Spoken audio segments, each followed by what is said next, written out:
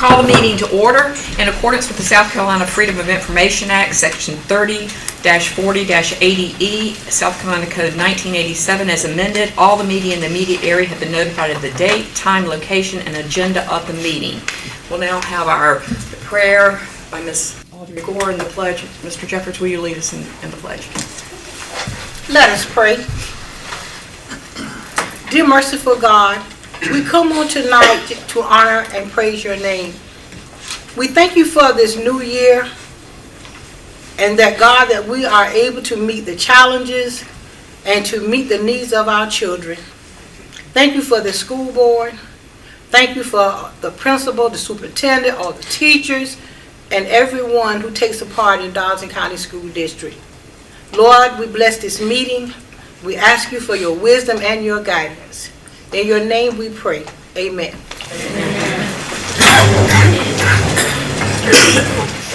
Pledge allegiance to the flag of the United States of America and to the republic for which it stands, one nation, under God, indivisible, with liberty and justice for all.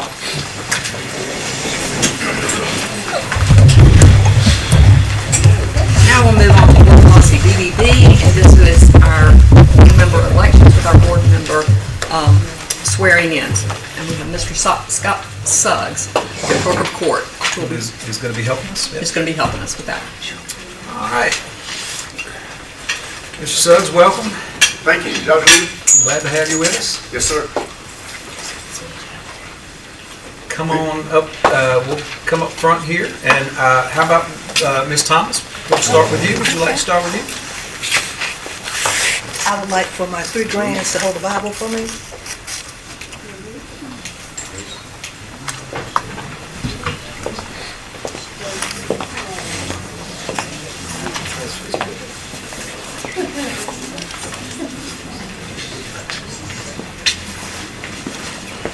You let me hold the Bible? If y'all want to hold it? Yes, yes, sir. Want y'all swing right this way right here? You'll place your, there we go. You'll place your left hand on the Bible and raise your right. I do solemnly swear that I am duly qualified according to the Constitution of this state to exercise the duties of the office to which I have been elected, and that I will, to the best of my abilities, discharge the duties thereof, and preserve, protect, and defend the Constitution of this state and of the United States, so help me God. I will. Thank you, and Godspeed in your service, ma'am. Thank you.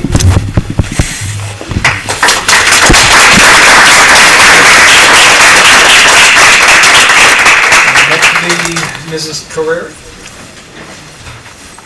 And so you can bring everybody up that you have with you. To be careful over there, I come that way myself. Do you have a Bible? I don't. Can we borrow a Bible? All right, very good. You stand on this side of her over here, let her stand across from me. You'll stand this way and face back that way. Okay. If y'all want to hold it, then place your left hand on the Bible. Place your left hand on the Bible and raise your right. I do solemnly swear that I am duly qualified according to the Constitution of this state to exercise the duties of the office to which I have been elected, and that I will, to the best of my abilities, discharge the duties thereof, and preserve, protect, and defend the Constitution of this state and of the United States, so help me God. So help me God. Congratulations and Godspeed in your service, ma'am.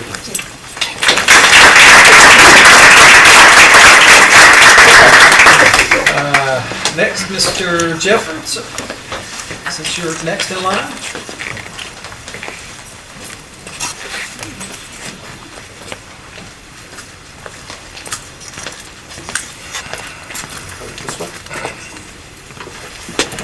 I do solemnly swear that I am duly qualified according to the Constitution of this state to exercise the duties of the office to which I have been elected, and that I will, to the best of my abilities, discharge the duties thereof, and preserve, protect, and defend the Constitution of this state and of the United States, so help me God. I will, so help me God. Congratulations and Godspeed in your service. And Mr. Govan. I think he's got somebody to put it. No, you will do this. You want me to do it, okay? I thought you got grandchildren to do what you said. Come on, come on. I guess we'll put this one in the surface. All right, you stand on this side, man, and hold the Bible. And we'll get All right, let's put your left hand on the Bible and raise your right. You got it? You got it? You got it? No, you didn't. Not yet. There's coming a day for that. I do solemnly swear that I am duly qualified, according to the Constitution of this state, to exercise the duties of the office to which I have been elected, and that I will, to the best of my ability, discharge the duties thereof, and preserve, protect, and defend the Constitution of this state and of the United States, so help me God. I will. Congratulations and Godspeed in your service.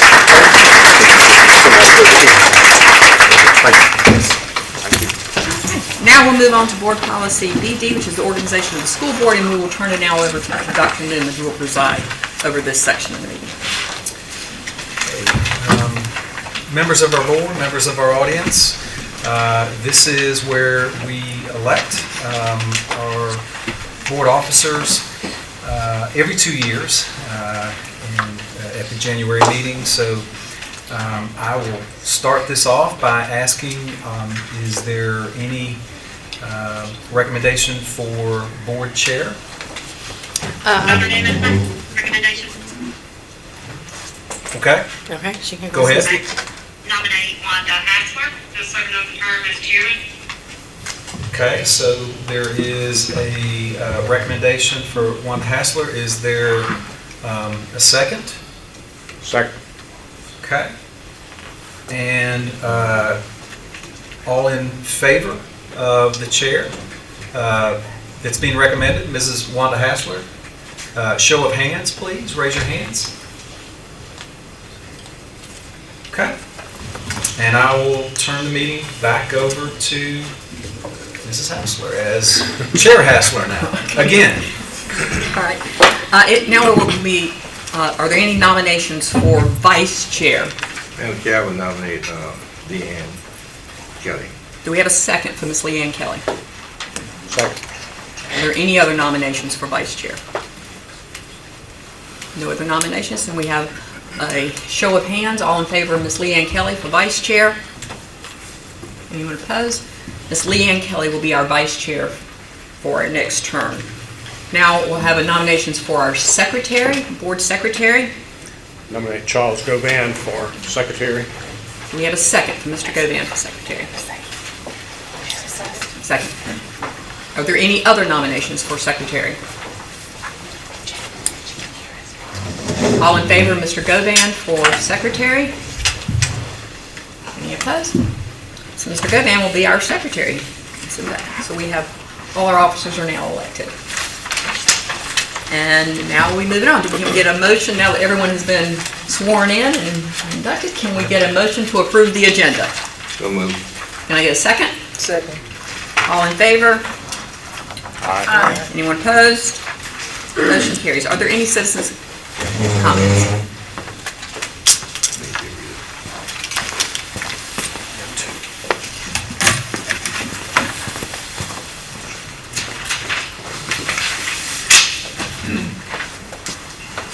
We have two names, and so let me just read our guidelines for our public comment input. The first 30 minutes of the monthly meeting will be set aside for 3-minute input sessions for citizen participation. Participation will be approved on a first-come, first-talk basis as recorded on the log which is provided. Public input should be in the form of suggestions, information, or comments pertaining to the program, schools, or the school district. Based on legal advice of our council, comments should not be made either complimentary or critical, naming any student, school employee, administrator, or board member, as these matters are personnel matters that require an executive session. Speakers' comments will be received only as board information.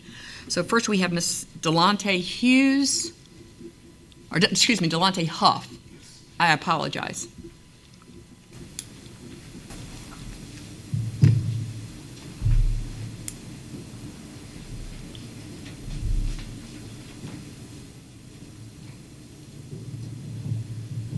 Good evening, members of the school board, district leaders, and community stakeholders. Thank you for allowing us to introduce ourselves. On behalf of the Darlington County Education Association, a local branch of the South Carolina Education Association, my name is Melissa Fulmore. I am the president of the Darlington County Education Association. Good evening. My name is Delonte Huff, and I'm the Secretary and Treasurer of the Darlington County Education Association. This evening, in honor of School Board Appreciation Month, we would like to thank you for your dedicating your time and your energy to ensuring that every student has a chance to succeed. Thank you for your leadership and commitment to creating the best schools possible for our students. Again, we came tonight to personally thank you and to allow you to know that your efforts do not go unnoticed. Again, thank you for your time. Thank you so much. Thank you.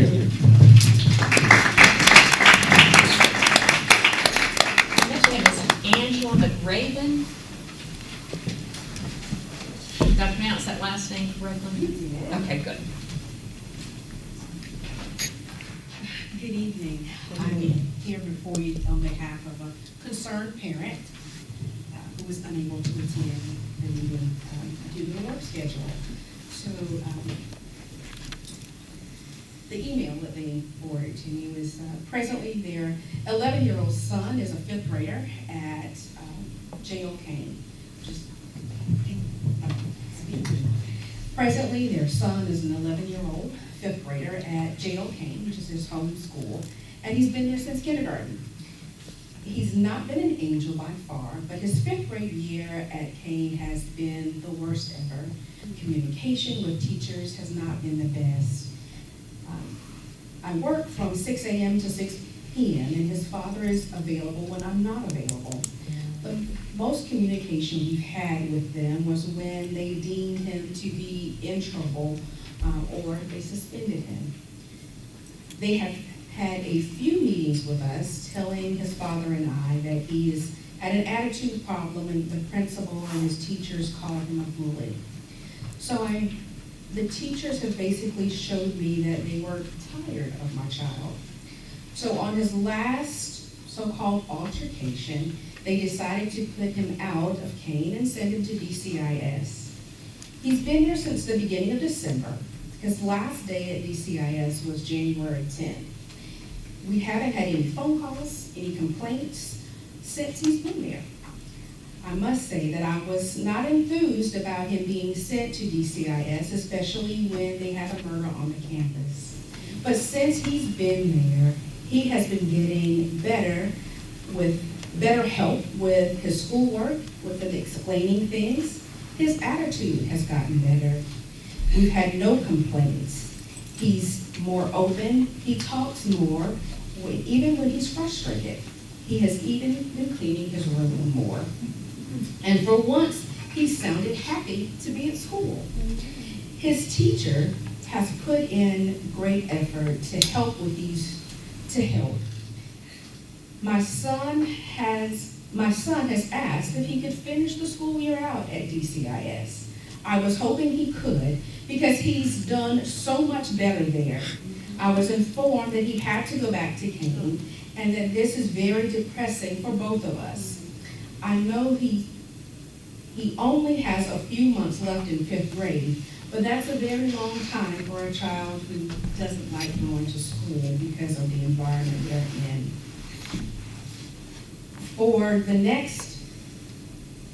I hate for him to go back, and he's expressed the same. He says no one listens to him and they blame him for everything. We understand that he has not been an angel, but no one's wrong all the time. We would like to have a little more open communication. I'm not a parent that's made of money to be able to send him to a private school, nor do I want him homeschooled with little to no social abilities. But I want him to have a fresh start in another school. What do we do in situations like this? So that's the end of that letter, and I'll gladly forward that email to you all so you can review it as well. But it also sort of brings, when I was reading this and the parent was talking to me about it, it also brought something else to mind. We have changed, the curriculum to things that are needed to help our kids in the future. But many of the methods for which we're teaching the kids are still the same as they were 60 years ago. Much more antiquated way of teaching. And with the new things that they are needing to learn, that maybe we should update it and think about how we're actually providing that instruction to our children. Many of them function much better when they're not forced to just sit for hours on end. The hands-on, there are some hands-on, but often that's for those children who excel. What we consider the elite are allowed to do classes where they have the opportunity to actually function hands-on, and whether they're doing dissection and different things. But wouldn't it be, or what do you think would happen if we tried that maybe with more kids? That maybe instead of 20, we'd end up having an entire school of kids who are thriving, who are A students, who are doing better because they're able to retain the information, and they're able to stay captivated and engage longer. They're our future, and if they are such young age not wanting to go to school and discouraged by the school system, we just don't want to lose them. Thank you. Amen.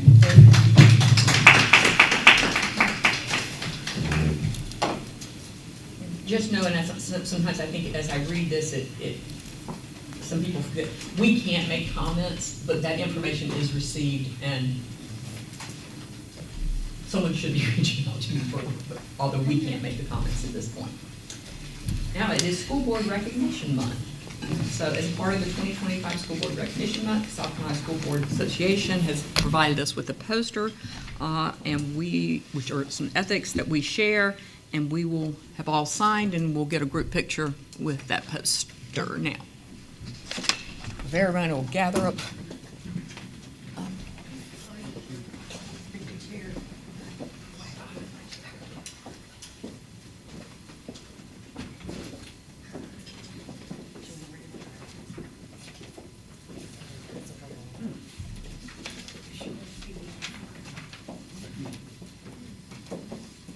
Let some of the short ones, I don't know, I can stand in the back.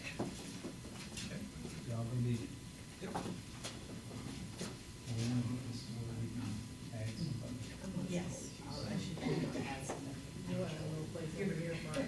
Yeah, you guys are perfect right there. Just scoot over just a little bit. Nope. No, I think we'll put her between those two, so we should be okay. Ready? Thank you.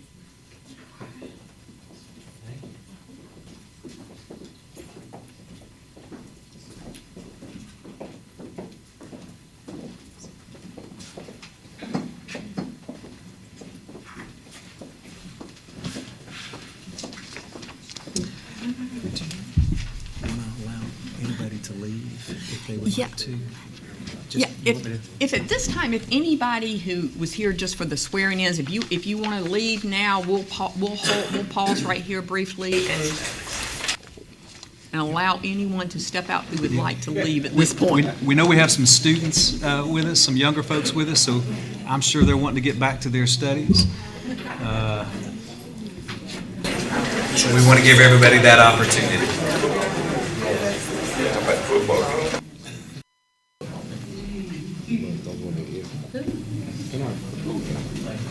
Who's game? Who's playing?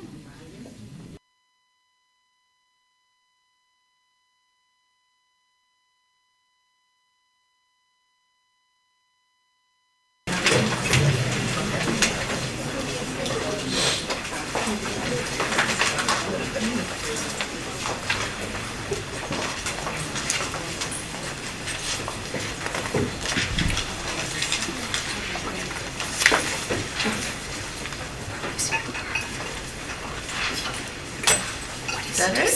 Looks like that's it. All right, can I get a motion to approve the December the 9th board meeting minutes? So moved. Can I get a second? Second. All in favor? Aye. Anyone opposed? Motion carries. Our next work session, Board of Education work session, will be Monday, January the 29th at 6 o'clock in the Training Room 3 here at the Darlington County Administrative Office. And our next regular board meeting will be February the 10th at 6 o'clock here in the Training Room. And then that moves us on to our reports and presentations. And we have our General Operations Financial Auditor, Ms. Renee Douglas. Guide us on that. The audits, Well, yep. The audit's the You first want to thing. introduce? Yes, so we have with us on Zoom, Mr. James, Jimmy, Kathy. Did I say it right? Kathy? Jimmy. Yeah, Jimmy's we gonna know him present. as Jimmy, our audit person. So, but he's with us on Zoom. He's going to be presenting the findings of this audit. And Ms. Douglas is also here as well to add in any context that we may have. So, Jimmy, we'll turn it over to you. All right, thank you. Everyone can hear me, right? Yep. Yes. Yeah. Okay.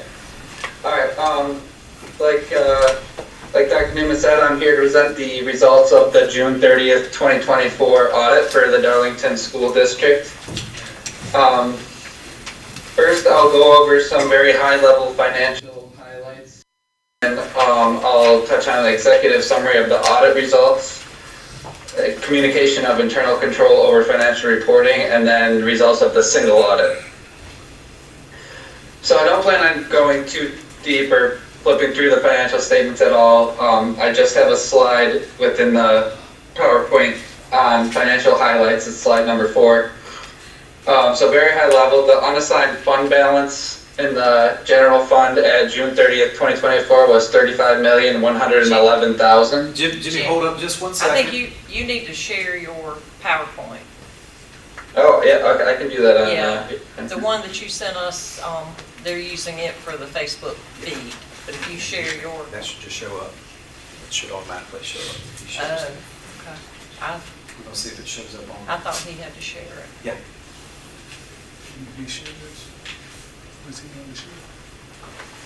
Find out. let me see if I can do this.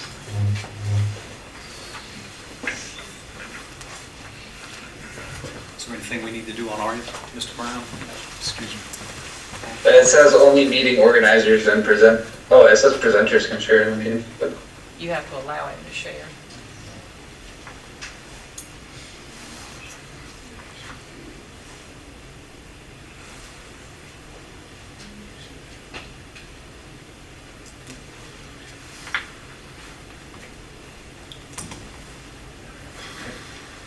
Now, Jimmy, will you try it now?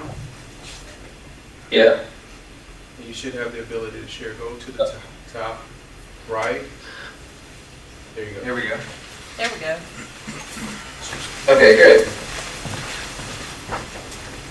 Okay, so I was here. So yeah, so just an overall high level, some financial highlights. At year end, June 30th, 2024, the unassigned fund balance in the general fund was $35,111,000. For the year, the general fund balance had increased by $4.3 million, and actual general fund revenues exceeded budgeted revenues by $5.5 million.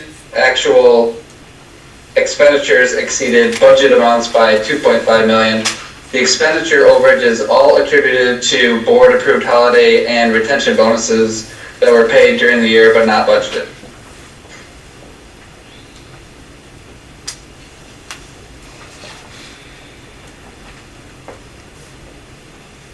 One second. Okay. All right, now for the results of the audit. We are completed with our audit, and our report is dated December 16th, 2024. Our audit was conducted in accordance with auditing standards generally accepted in the United States. It is important to note that the financial statements are the responsibility of management, and as auditors, we are responsible for obtaining reasonable assurance, not absolute, that they are in accordance with generally accepted accounting standards. As for the results of our audit, we have issued an unmodified opinion for the district, which is basically the best opinion that you can get what you're looking for out of an audit. So we did not have any material misstatements noted in the financial statements. And please note that all records and information that we requested as part of the audit were provided to us freely for our inspection. Furthermore, some required communications. The district's significant accounting practices and policies are in the footnotes to the financial statements in Note 1. And these accounting practices and policies are considered to be appropriate and applied consistently throughout the year, and there were no major changes from last year to this year in those policies.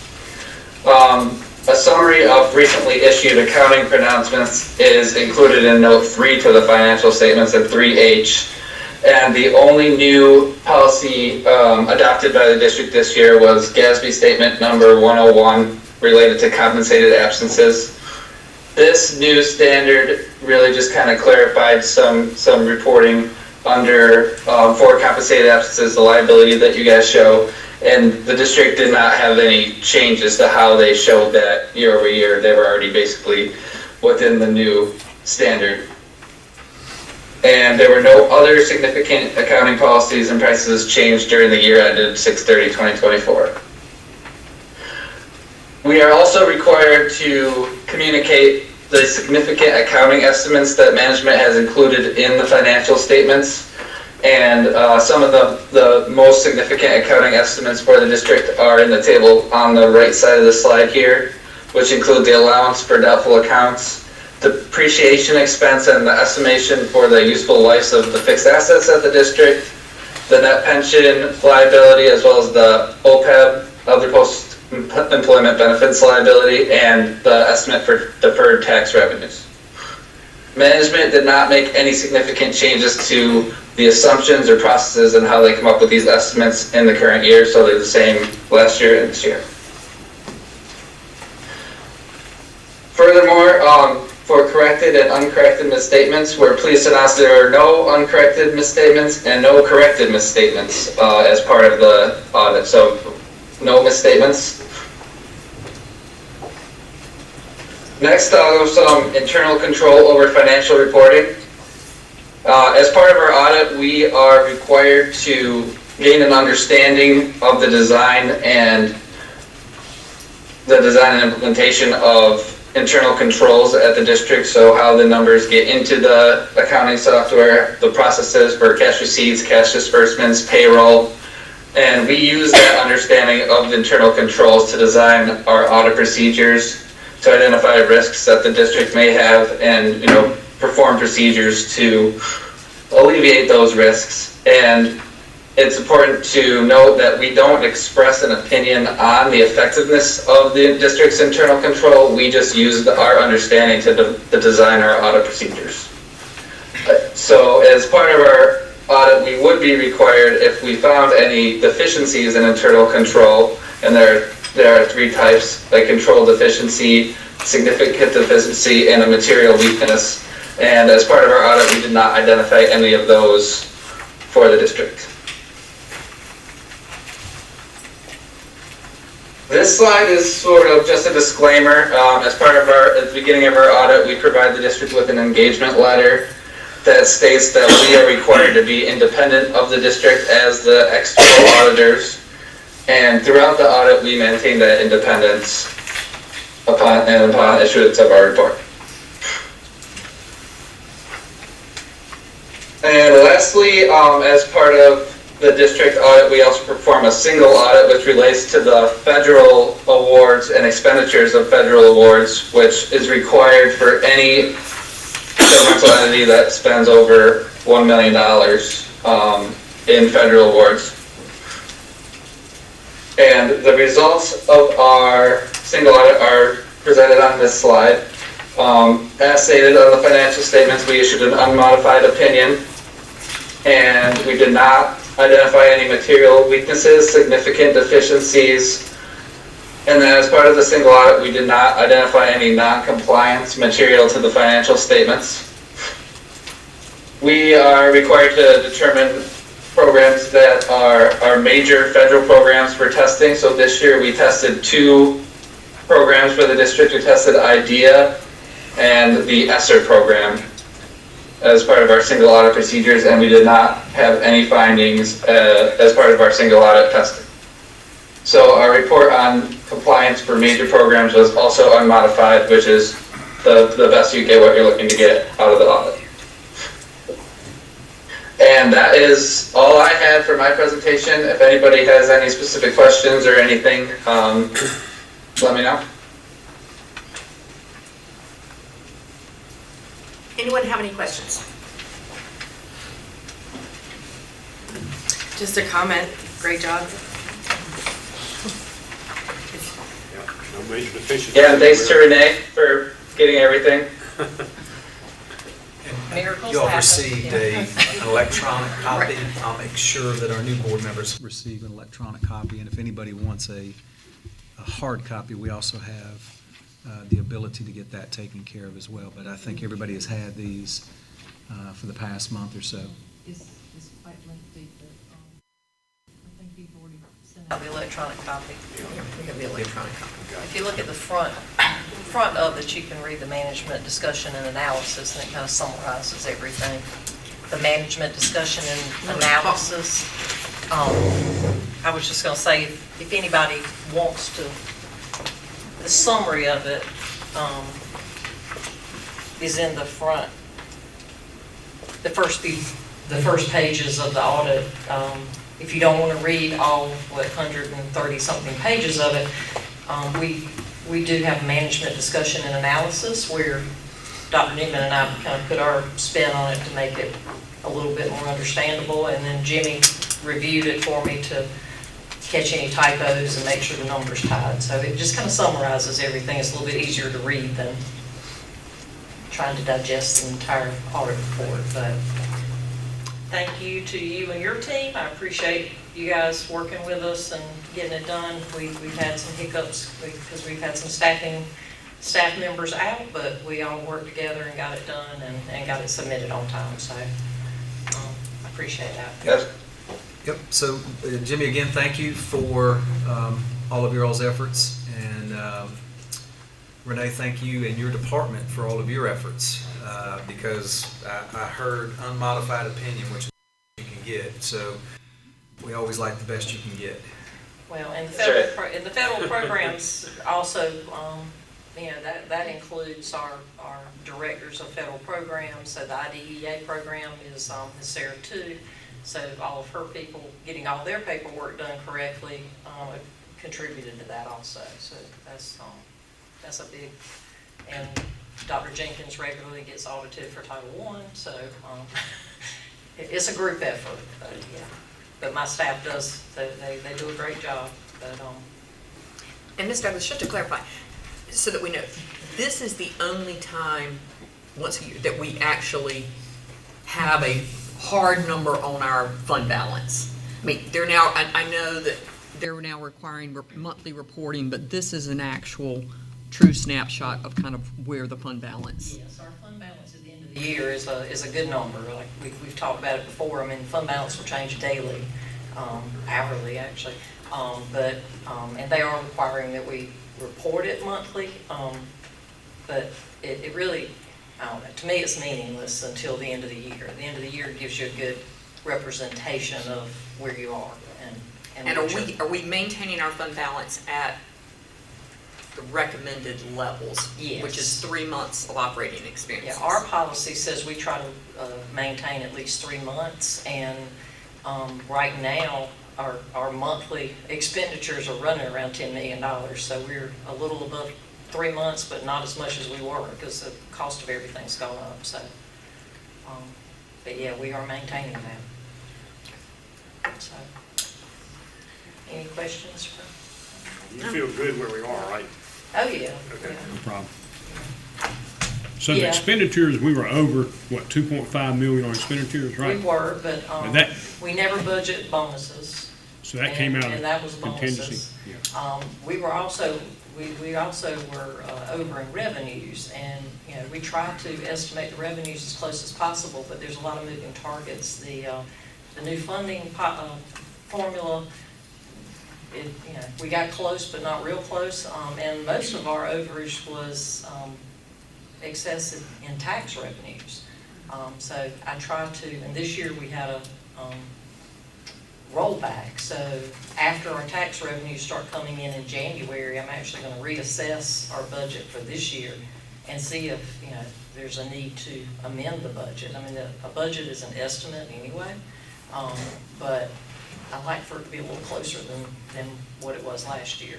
It's a good thing, we have more money than we budgeted, but, you take the known items that you know, and then you try to project the unknown items, and, so like I said, with the rollback, I'm gonna take a look at the tax. The tax revenues won't start coming in until January.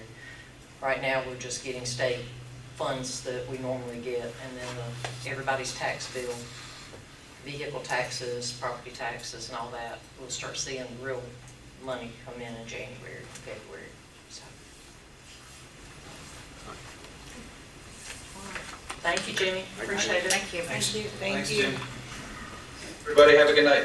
Thank you. You as well. Thank you. Ms. Douglas, while you're there, we'll just go ahead and roll right on to the budget report. Yeah, I'm right in the budget report, and honestly, there's not a whole lot that has changed from last time because we still haven't received our tax revenues, but if you've had a chance to look through November's report, if you have any questions, let me know. We're still, we get some tax revenues this time of year, but most of them will start coming in January, so we'll have December. I think for the month of November, we had a little over $10 million in revenues, and we had $11 million in expenditures. So our monthly expenditures are running around $10 or $11 million right now. But you also have to consider that the State Department has rolled up a bunch of funds where we used to have separate funds, a lot of separate funds that weren't reflected in the general fund, and now they're all rolled up together. Not all, but a lot of them. And that's one reason. If you look at the history of our budget, that's why our budget has increased so much, because we budget general fund. But we had several funds that they've put together. So it's kind of a distorted view. It's not that we're really bringing in that much extra money. It's just that a lot of it is consolidated now. Did anybody have any questions about the monthly? Last time we talked about the fund balance reports, and I know in our board member orientation we discussed fund balance reports. But the November is pretty much like October was. We'll know where we stand as far as the tax revenues and how well I projected those this year when we get to January and February. Okay. Any other questions from Ms. Douglas? Any questions? Thank you very much. Appreciate it. Thanks for the work for your department in getting our audit completed and the results that we got. Thank you. Next, we have our State Department underperforming school plans, and Dr. Newman, I'll turn that over to you and Dr. Nichols. Okay. Chair Hassler, board members, members of our audience online and in person. This is something that in the second year the state has implemented these plans that have to be approved by the board for any schools that are deemed underperforming. And so I'm going to turn it over to Dr. Nichols, and she's going to explain a lot of these things about what this is about tonight and what the board is actually approving tonight. So. Good evening and welcome to our new board members. I'm going to take some time to, like Dr.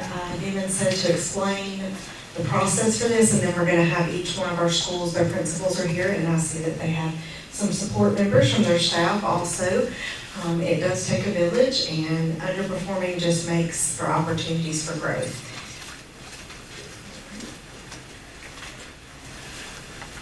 All right, so as far as the state is concerned, if you are a school that is identified as an underperforming school, it means that the overall report card rating is below average, or in elementary, middle, and high school, you can see the overall score where it falls.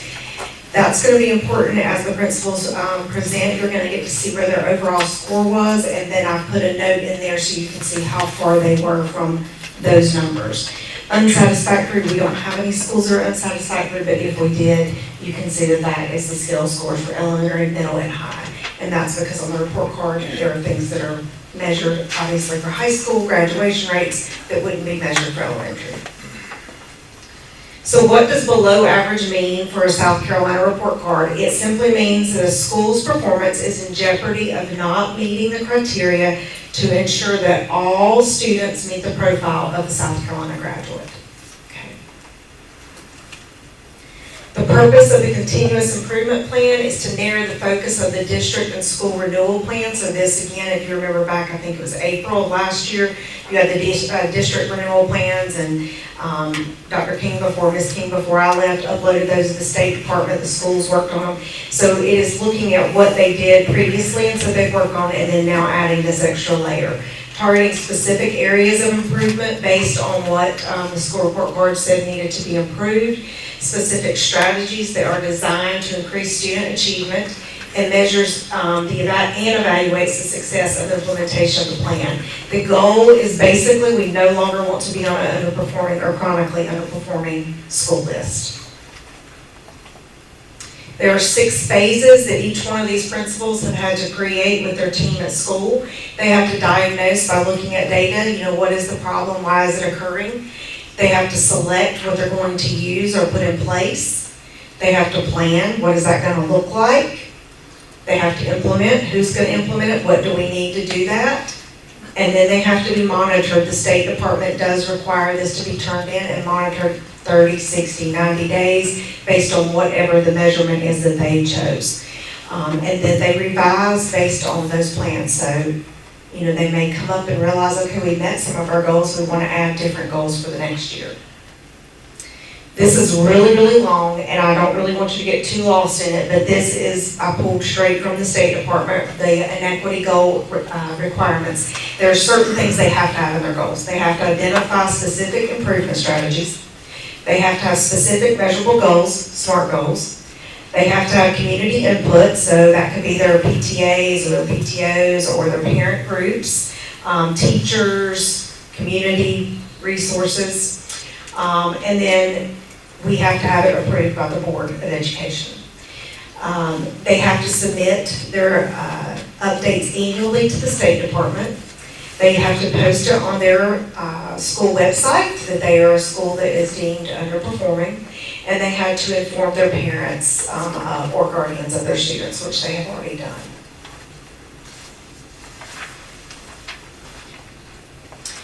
And again, the progress monitoring, they have a progress monitoring tool which it's to align the continuous improvement rubric for the planning in the grants electronic management system, otherwise known as GEMS.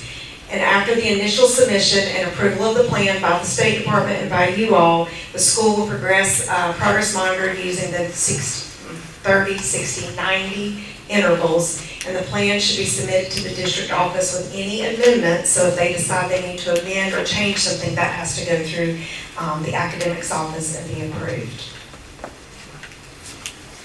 They have worked really hard on these plans. I've passed these plans on to Dr. Jenkins, who will upload those to the State Department once everything is approved. And I'm going to turn it over to Ms. Courtney Gerke to talk about Darlington High School and where they are. You'll see a common flow. They answered the same sort of questions as they went along. Good evening. So at Darlington High School, we were at a 47. We had been at a 51 the year before. And when we looked at our numbers, the report card for high schools changed again and then changed again right before they came out numbers-wise.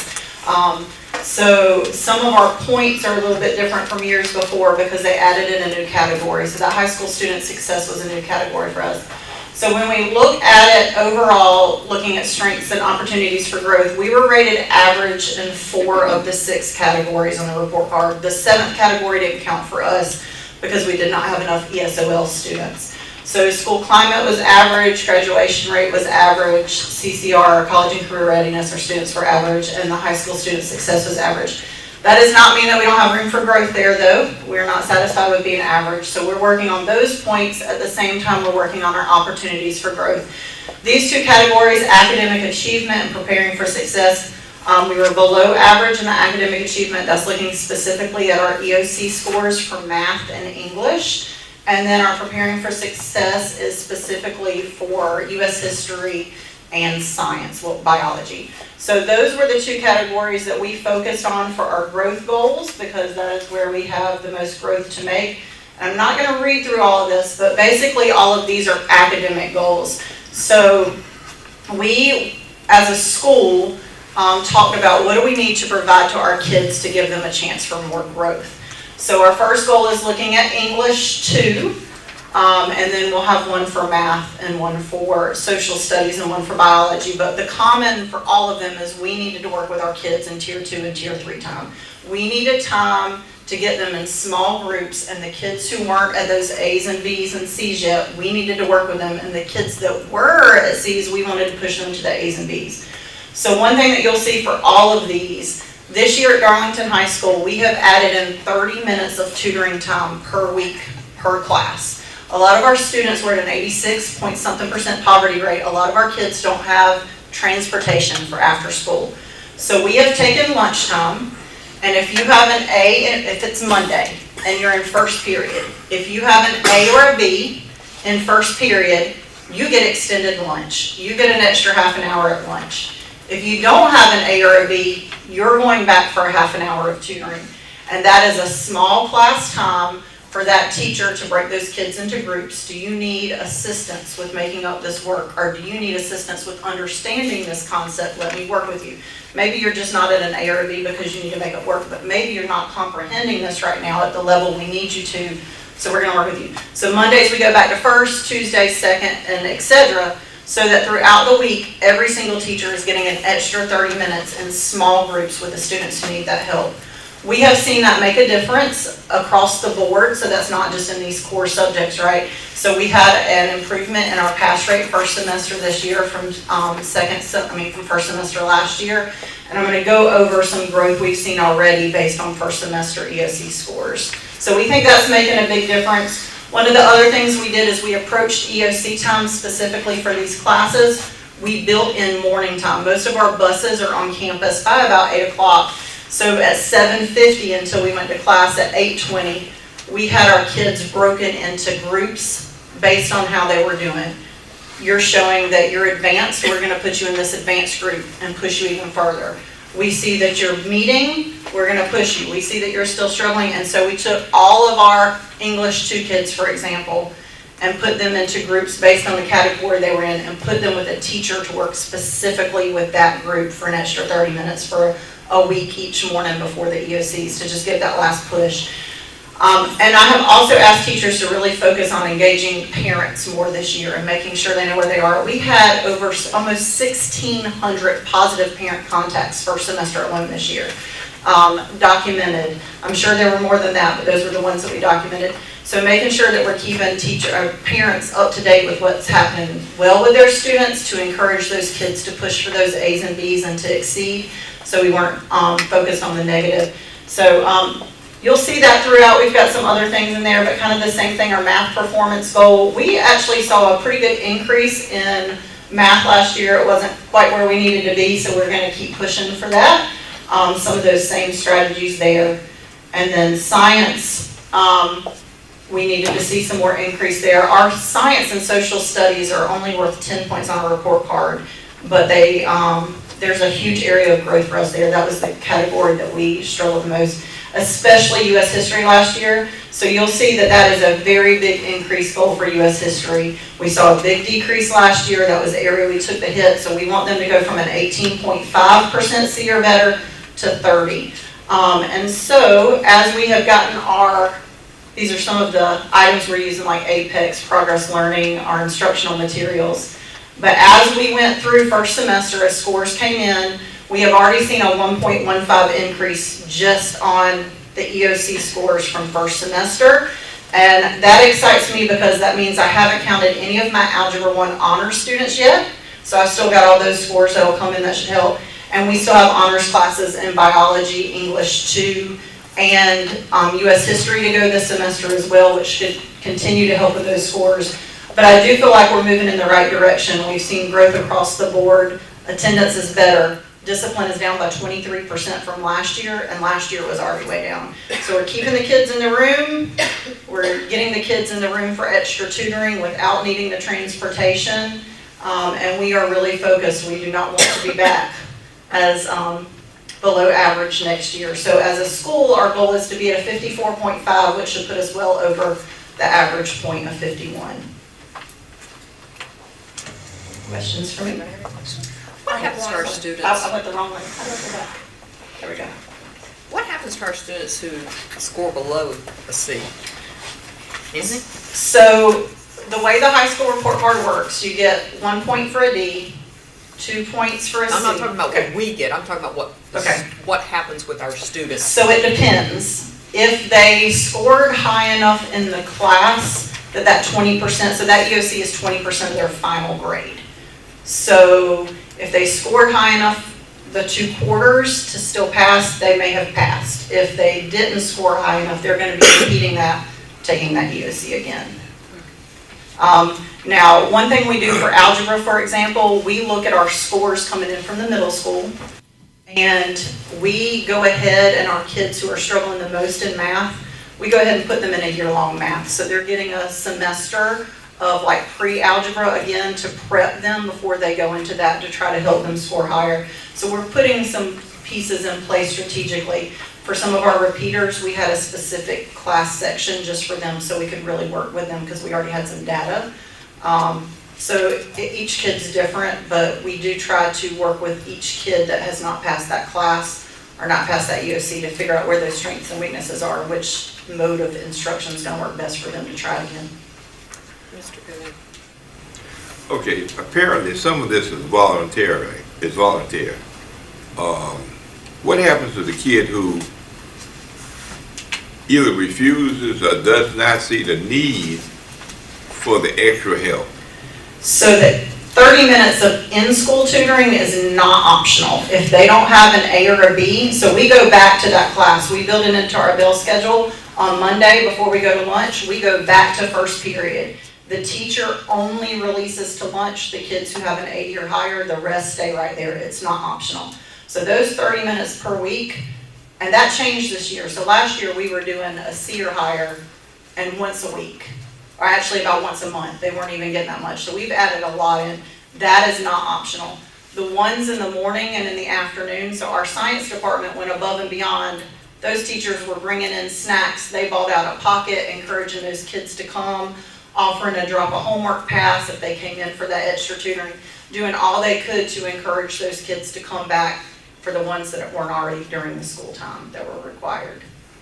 And I will say that a lot of schools use, I call it smart lunch, but that is a strategy that a lot of high-performing schools use so that they can catch those kids that either have sports after school, jobs after school, no transportation, so that, you know, we can control what we can during the day, but once they go home, sometimes we're not able to. And we saw a difference in that. We saw honor roll go up because kids wanted those A's and B's to be, and you can't have zeros and be an A or a B student, right? So it eliminated some of those zeros. Teachers have been real positive about it, and so have the kids. That has definitely helped.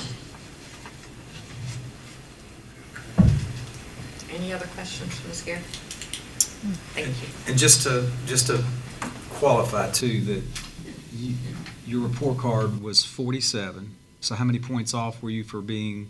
So we would have needed a 51 to be. So 4 more points. And what you showed is that you're projecting already that 1.15 of that is coming back. And that's just on those 2 categories. Just so on. for example, the new part of the report card that we were average on, but we had a lot of area for growth with the student success is based, last year it was based specifically on how many 9th graders were promoted to 10th grade, right? And so when we implemented the tutoring sessions, what we've seen is our overall pass rate for this first semester for all of our classes has increased by about 4 percentage points, which means we had less kids fail classes first semester, which means that part of the report card should go up significantly too, and this year it'll count 9th and 10th grade. So whereas last year I was looking at an overall pass rate with the whole school at about 86%, this year we were at 90 first semester, and my 9th graders, who were usually my group that struggled the most adjusting to high school classes, they were at 82.5 average. So we've already passed that, and we've just got to keep that going. So above and beyond the EOC courses, Correct. You're seeing you're focusing on the students, and they are all buying in on all their classes, not Right. just the EOC classes. Okay, good. Thank you. We appreciate you. James is going to come and speak to us about Hartsville Middle. And if you're looking at that box wondering if he's moving, he has moved a couple times. He got me when I was going through earlier. Good evening. I am representing Hartsville Middle School, where we put the heart in Hartsville. And heart are our core values of honor, empathy, accountability, respect, and our students being team players. So we have been working with all of our heart to improve where we are.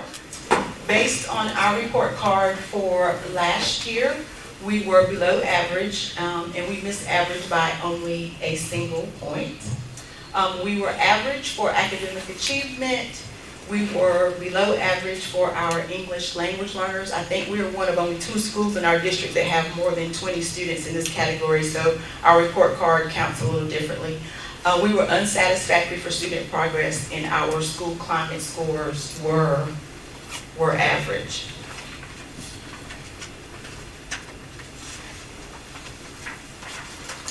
So our strengths were definitely the academic achievement portion, whereas we had a lot of, our school climate was average, and that was a big focus for us on last year too.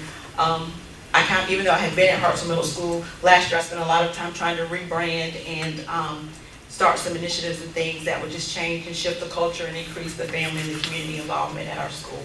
But our areas for growth were most definitely student progress. The previous school year, our school report card was good because we had such a significant amount of growth from the year before we were below average. So that is where we are focusing on making sure that we are growing our students. At the beginning of this year, we started out by having sessions with our teachers so they understood the school report card and how things were calculated. So it's basically a numbers game. There were some shifts in some things and how stuff was calculated this year for us as well. But we wanted teachers to go in and know exactly what was counting and what was important. Everything's important, but so we can try to get those points because, as I said, we're only 1 point away from being average. So we had sessions and the teachers understand, and we're doing a lot of progress monitoring of our data to ensure that we are moving in the right direction. Our first performance goal deals with our students with disabilities. As we disaggregated our data, we saw that students with disabilities are not achieving at the level of their peers. So if we're able to increase their performance, we know that we're not only going to increase achievement, but we're also going to help in that area of student growth. So our goal was to go from 9% of our students being at meets and exceeds to about 12%. So what we noticed is that some of our disabled and African American students who contribute to us being on the ATSI list did not have access to equitable resources as much as our general ed population. So when we did scheduling, we were strategic, and now our resource classes have a 4-to-1 teacher ratio, so that's the automatic small groups. Our special ed teachers are able to provide support for those students in those areas where they need that extra support. So they're able to do small group basically every day. We have also encouraged our SPED teachers to look at grade level IEP goals. Even though those students are lower level perhaps, we still have to expose them to grade level content because out of our students there's only about maybe 10 out of 800 students who are not taking SC Ready and our SC Alt. We also bought the teachers access to EduSeri lesson plans. This is a platform that has ready-made explicit direct instruction lesson plans so that our SPED teachers don't have to spend a lot of time trying to create lesson plans. They just have access or able to pull what they need so their time can be spent on looking at their students' data so they can strategically work with the students, not hours, creating something that's already available. Our school has been fortunate to pilot iReady, and that also provides our teachers with those small group lessons. They're doing small groups 3 times a week.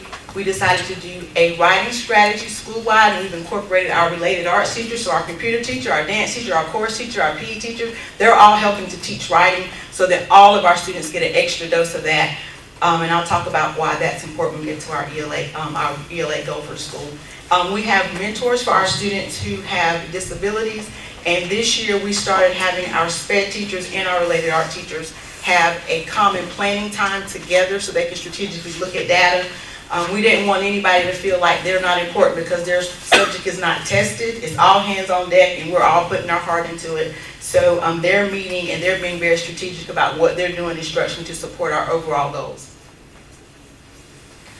Our second performance goal, we want to increase the number of students who are met or above from 37% to 45%. When we looked at our data from last year, we saw that our writing scores combined with the reading scores, they combined those together to give us an overall rating.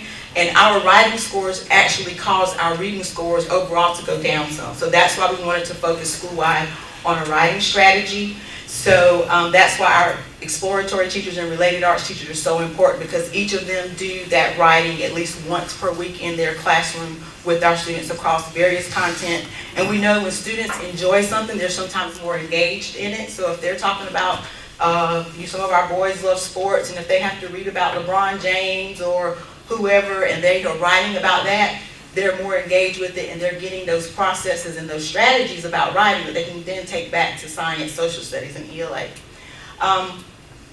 We have really been focusing a lot on our PLCs. We had been having PLCs, but this year we're doing a whole lot to make sure that we're answering those 4 PLC questions. What we want our students to learn, how will they learn it, how will we respond if they haven't learned it, and how will we respond if they already know it. Because as I mentioned before, our growth score was low, so we have got to make sure that we're maintaining those students who are exceed and above, so that they're also challenged and we maintain them where they are and not lose any ground with them. And we're using iReady again to help with monitoring student growth. It assesses the students, it puts them in groups, and it even creates the lesson plans that the teachers can use in order to do those small groups that we're doing 3 times per week. And we've also encouraged our teachers to make sure that they're using those DOK Level 2 question stems, so that they make sure what they're teaching in class and what they're assessing in class is aligned with what the kids are going to see on SC Ready. Our third performance goal deals with math, and we want to increase that from 22% being met or exceeds to 30% on SC Ready. We're doing the same strategies for ELA and math. They're just breaking out into those groups and having those conversations about best practices and making sure that instruction is aligned, going back to those 4 questions. We've also been able to send our teachers to some professional developments and math conferences, and they're coming back and sharing those strategies and things that they're learning in those along with the teachers during PLCs. And we're also, again, trying to implement math across as well. So in addition to doing writing, our elective teachers are also doing math questions that the math teachers, things that the kids commonly miss. So they're getting to see that multiple times to improve on that. We're using many of the instructional materials that Darlington High is using. We're also using Magic School AI. That is a platform that also is a time saver for teachers and gives them access to a lot of resources. So again, they don't have to spend the time planning things. They're able to easily get things, tweak them, and most spend their time focusing on the instruction they're doing in the classroom. iReady, Edusary, the blueprints and rubrics that have been provided by the State Department for writing, Progress Learning, Study Island, Apex, and Exact Path Language.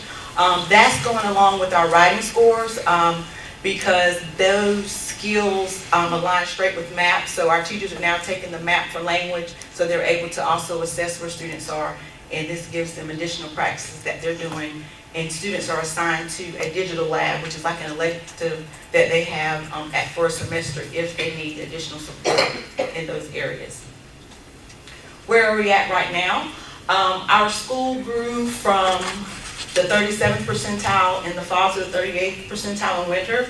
And based on that, we're at 29% of our students being met or above. So right now, based off MAP, and we still have, we just started the second semester, we're only 1% from meeting our goal of being at 30%. For ELA, this is very promising. Our students with disabilities grew 4% from fall to winter. I really believe that small class size and those teachers being able to be intentional with those students has helped show that growth for them, which should translate into at least a point or more for us to at least go from below average to average. And overall, our school achievement for math, our students grew by 4%, and we now have 38% of them that are met or above for math on ELA. The iReady program pilot has been going very well. They recommend that we do 40 minutes per week for each subject, and that 70% of lessons are passed that the students do on their personalized learning path. And that personalized learning path is to address gaps that students may have. And we are on target with the time on lessons, and really above in math, we have about 75% of our lessons that are being passed each week versus the 70% recommended. And we're doing growth monitoring, and in March, first week in March, we will take our second diagnostic test, and that's going to give us projections that are based off of the ABTs that the state has set, which help us to measure growth, and that's going to let us know the probability if our students are on track to meet their goal when they take that SC Ready. Define ABT, just. I'm sorry, added value targets.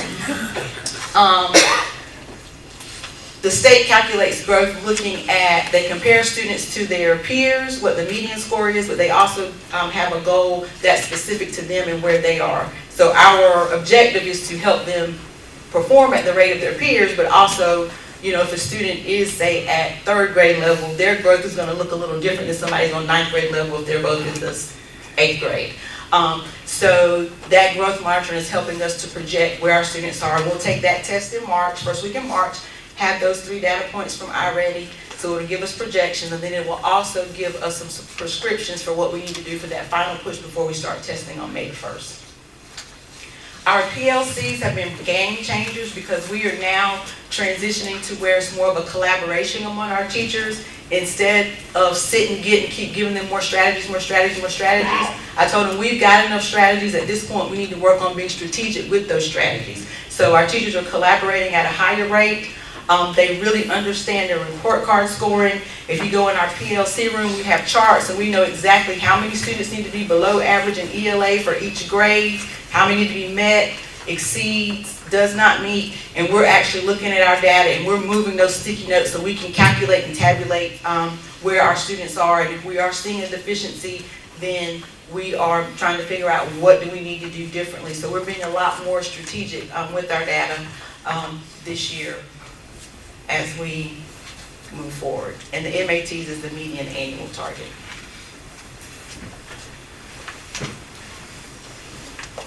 Anyone have any questions? I've got a couple. First of all, who classifies, what is that category of disabled students? What all does that encompass? It's anyone with an IEP. That's my question, because when you think disability, we're thinking some type of physical disability or mental disability, but I just want to know what that brought me. It's much broader. All of that you said. It could be physical, it could be emotional, it could be academic. There's 13 classifications. Yeah. 13 classifications. But if they have an IEP, they are considered in the disabled category. Yes. Okay. And then my other comment is, I applaud, the old thing, when you find yourself in a hole, the first thing you got to do is stop digging, throw out the shovel. And I can see you doing that, and I applaud you for moving forward. But I can't help but saying how it just grabs me that the goal is 30%, which means that 70% of our kids would not be meeting standards. So, I know we're coming out of a hole, but we've got a long ways to go. And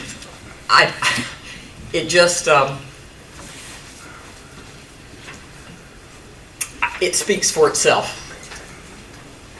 And I don't think any of us think that it's, we don't, 70% of our kids not being where they need to be is not where we want to be, but that is also where a lot of the extra support. Dr. James has been really good to be receptive to ideas, and her staff has been receptive, and I know that Miss Lane has been over there to help you guys with iReady. I hope that, I hope it's not a strategy, but I feel like from what we've put in place, from what she's put in place, and she's rolled her sleeves up and been in there with them with the data, I think that we're going to see some changes. And then I know that you've made some changes with teachers teaching certain things, to teach maybe more of their strengths. I mean, because I can't help but see, if we only have 30% who are passing, and then we move them to our high school, and we're expecting them then to be able to pass the EOC. I mean, we're just constantly working from behind. Right. And I would like to see us get to a place where we're just not working from so far behind. Absolutely. Most We've had those definitely. yes. Yes, we've had those conversations, and my goal actually was higher, but under advisement, we're like, you gotta, it's a process, you're gonna get there, but we've got to take, this is just our, our first year of having this goal. So right now, where we're projected at, we're gonna have higher than 30%. We're on target at least for the 45%. But I also have to remember too that this is the MET means that these students are, it doesn't mean they're not successful, but it just means that, if I'm not mistaken, that they are, college ready. And some of our students may not necessarily take that path, and they may not show it on the test, but that doesn't mean that they're not being successful or they're not ready for whatever their next steps are. Mr. Govan? Well, as my mama used to say, you didn't get in that hole overnight, and you're not going to get out of that hole overnight. Now, realistically, when we look at 30% is not a high number, I agree. But we got to go back and look at the turnover we have had in administration, the turnover we have had in teachers, etc.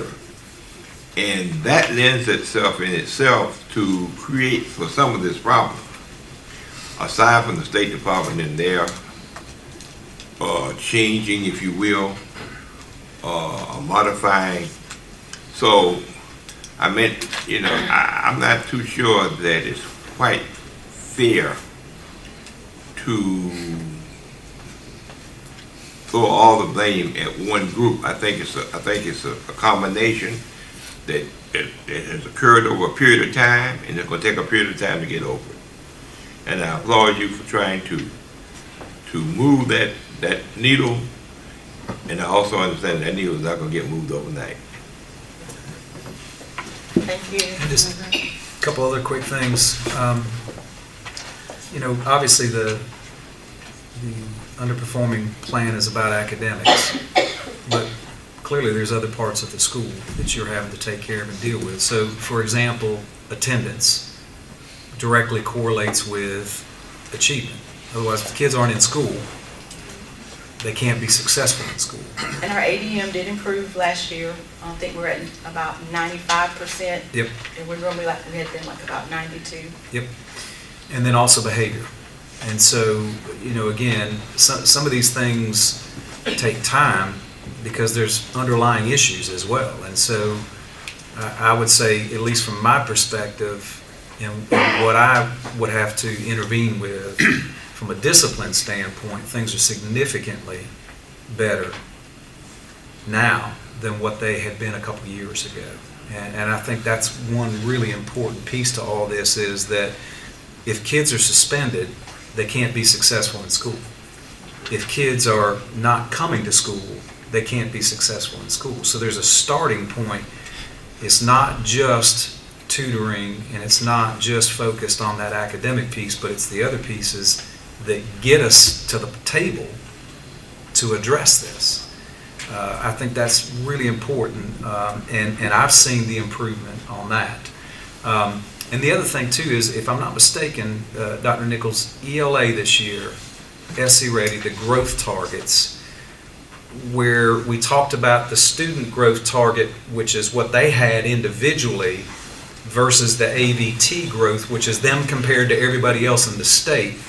That's not going to be the same this year, is that correct? It will not, because it's a new test, so they don't have anything to compare it to until this test is taken. So it will be basically the old formula this year, and not to go too far in the future, but then the same thing will happen with math when the new standards come out next year. And I think in 3 years, we'll all be back on track for the growth plus the proficiency. So the growth will be based on the student versus how they compare to everybody else in the state, which is what it used to be which is when you were Good. good on your report card, all right? So again, there's a lot of things that are at play with this, but I think it's important, number one, that you've addressed and identified. I talked to your faculty. I came to your faculty meeting. You know, it's kind of a tough love conversation that nobody's happy about it, but we have to recognize where we are. But I do believe that things are moving in the right direction. So, thank you. Thank you, Dr. Jones. I also wanted to say that she's been very good in her staff about creatively where there's holes or things that need to be filled, making sure her teachers have stepped up to really fill in those holes, and that speaks a lot about the culture environment. All right, our next will be Dr. Bridges with J.L. Kane.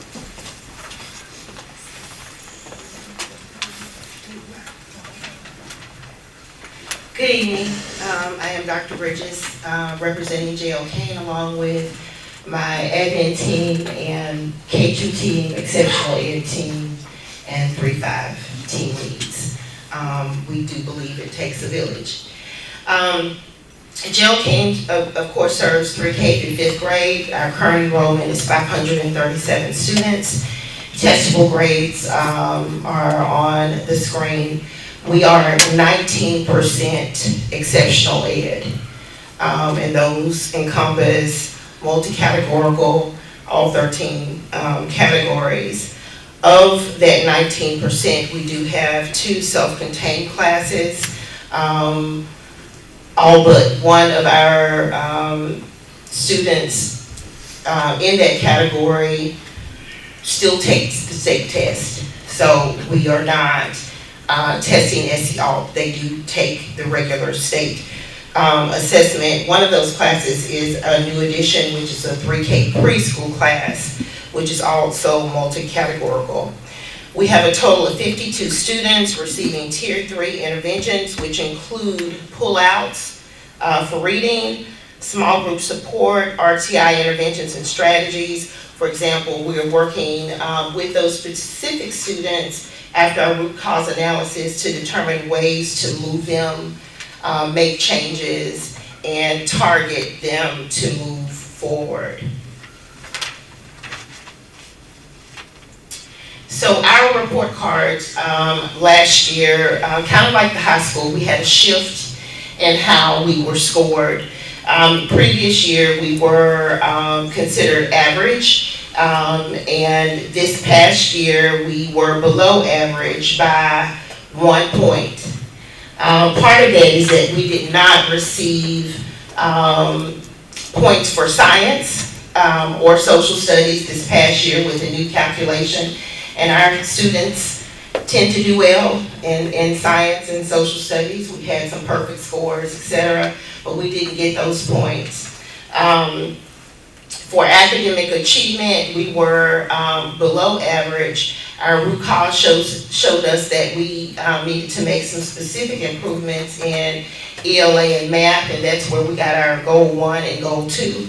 One of the things that I had been specifically speaking with Dr. Newman and Dr. Nichols on is where we were going into that testing. We did have some significant staffing issues.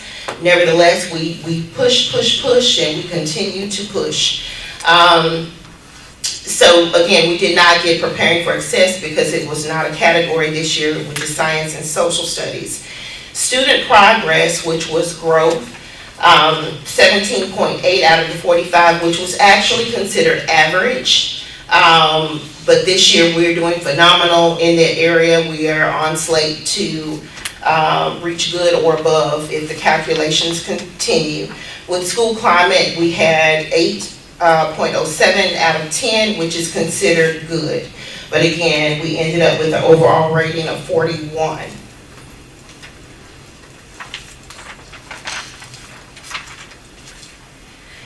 So our performance goal number 1 was ELA and reading.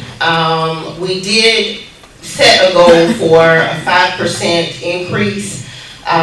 When I get to the end and kind of talk about where we are now, we've already surpassed that 5% with our growth targets and where we are. So we're going to talk a little bit about that. But what we're specifically working on, and that's a lot of stuff up there, but we're working on research-based strategies and instruction to increase rigor. We've done letters training, Savas, UFly. We're also completing iReady, which is another progress monitoring program. We've gotten very good results with that. We have an upcoming administration this week to talk about, to see exactly where we are. We've not been able to see that report just yet. Our building is super focused on small groups based on students' needs, specific needs. We are being very prescriptive based off of where they are and what they need by using the DRC Beacon, Savas materials, and iReady to just really try to bridge the gap. We are using intense teacher training and intervention trainings to focus on the science of reading. Very, very close work with data teams to target growth and shift instructional supports and practices. And we've worked really, really hard with some additional training with our exceptional ed teachers and population. Like many of our other subgroups, we're noticing that they're not growing nearly as much as they need to. So we have shifted our IEP goals to make sure they are more centered around grade level strategies, not just where they are, but where they have to be. We're making sure that we provide stretch goals for all of our students across the building. We've also spent a good bit of time with take-home resources and workshops for our parents. We've had several rounds of dinner and data nights with our parents where we are giving take-home resources. But one of the things that we also realize is that our parents don't always understand that there has been a huge shift in curriculum over the last 15 years. And what our third grade students are required to know now are not what our students were required to know 15 years ago. That has been an eye-opening process for our parents. So they come in, they see the testing blueprints, they see a report of exactly where their children are, they get take-home resources in reading and math, and then we also provide intervention services for their students. We also reframed our intervention program this year so that we could service more kids in Tier 2 and Tier 3 intervention. Tier 1 interventions are expected across all classrooms for all children.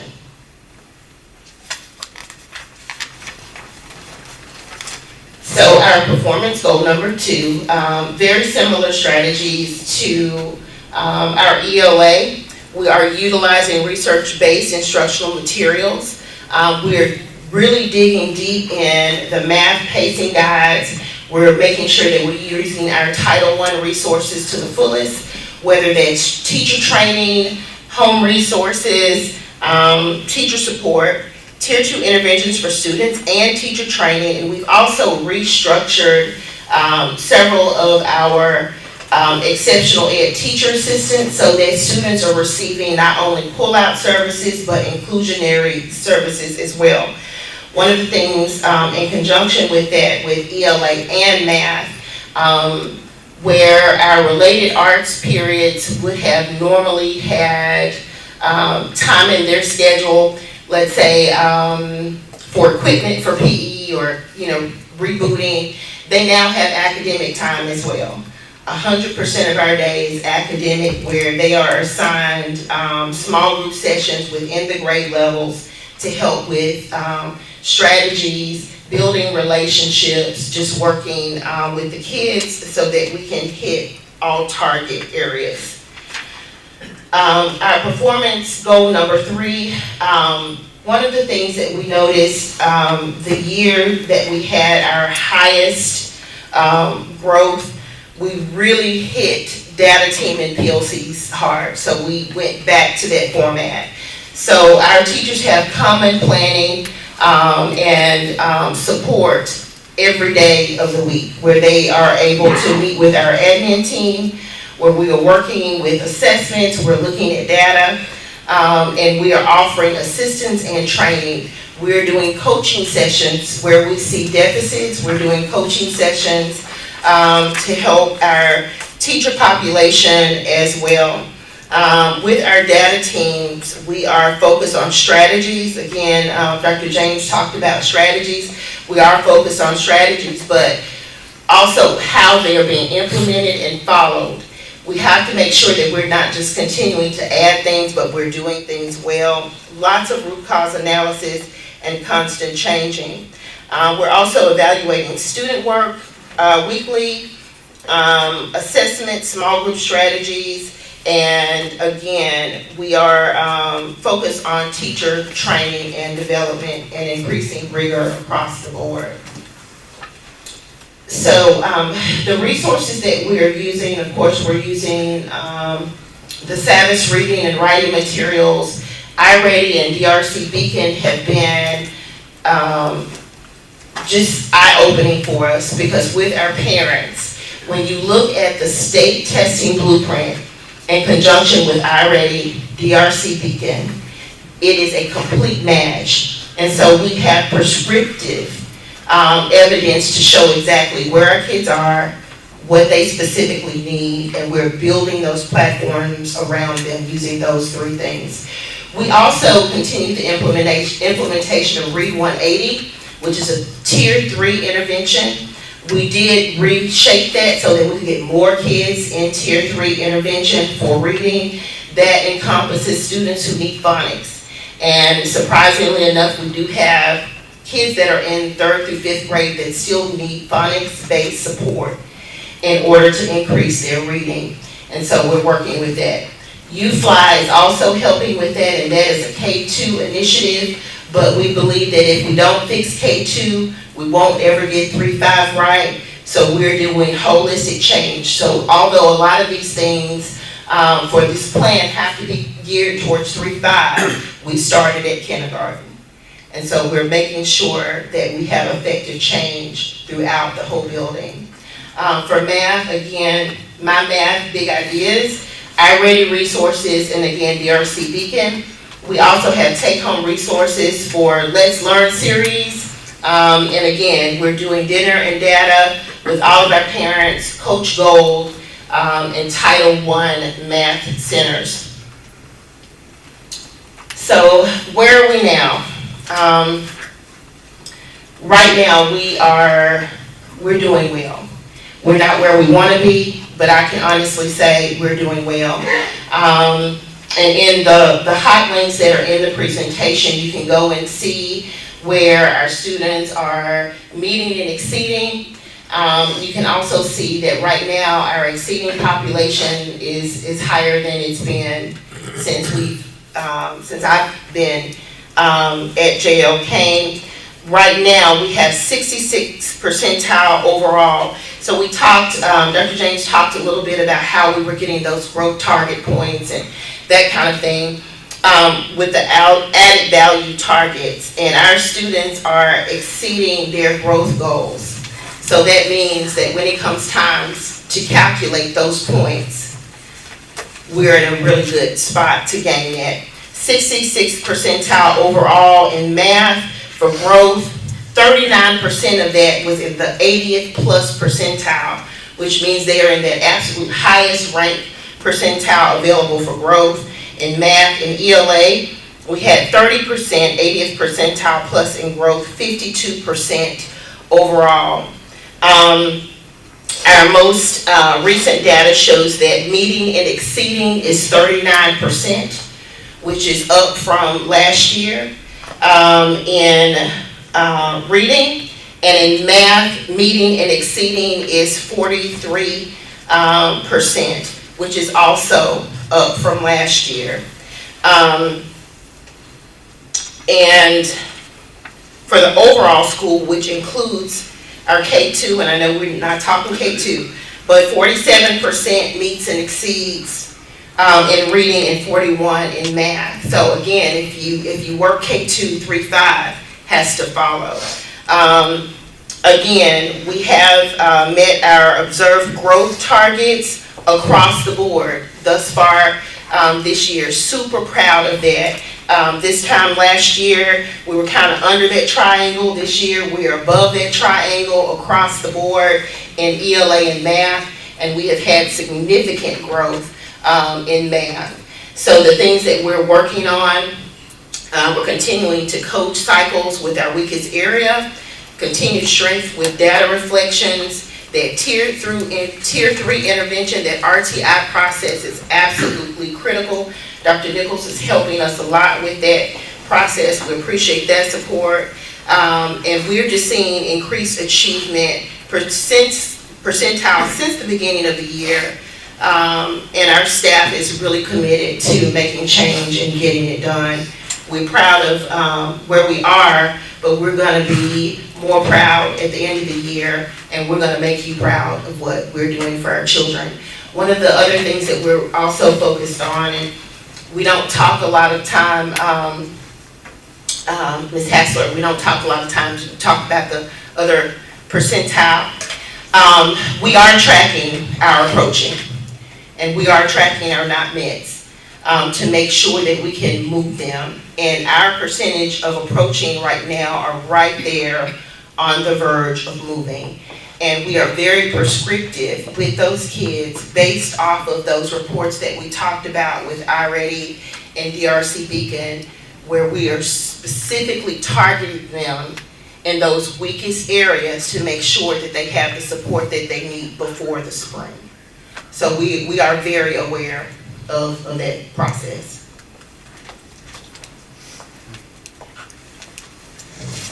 Any questions for Ms. Bridges? I just feel good where we are with our schools. I think we do have good plans in place now, and something we haven't always had. And I think we'll see some major improvements this coming year. I really do.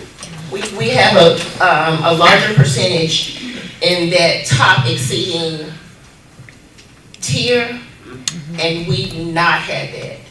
So we're very proud of the achievement and the growth. And I feel very confident saying that this team will get you there. We'll get them there.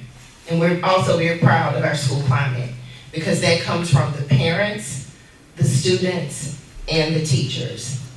Thank you. Dr. Bridges, a couple Yes. questions. So can you talk a little bit about how you and your team approached the report card rating right when you first got the scores? I think that's important for folks to have an understanding of, because these folks have done a lot, as well as you have. Can you talk about that process a little bit? Well, Dr. Newman, if you recall, we started talking way before embargo, way before. I'm a numbers girl. I started pulling the numbers, and I called Dr. Newman and I said, got to think about it. So one of the things that we did, we restructured strategically based off of teacher strengths. We made some changes across the, especially the testable grades, but across the whole school level based off of teacher strengths. Over the summer, my admin team and I came together, exceptional ed teaching team, and we sat down and we came up with plans. We made sure that all of our plans are aligned. This plan is aligned with our reading plan. Our reading plan is aligned with our strategic plan. All of that is aligned to our Title I plan. All of our things are in a row, ducks in a row, and we made a specific plea to our parents to come, be involved, and talk data. They have to understand where our kids are. And to your point also, we talked about attendance. We've had some attendance struggles, and so we have been incentivizing attendance, and our parents are responding.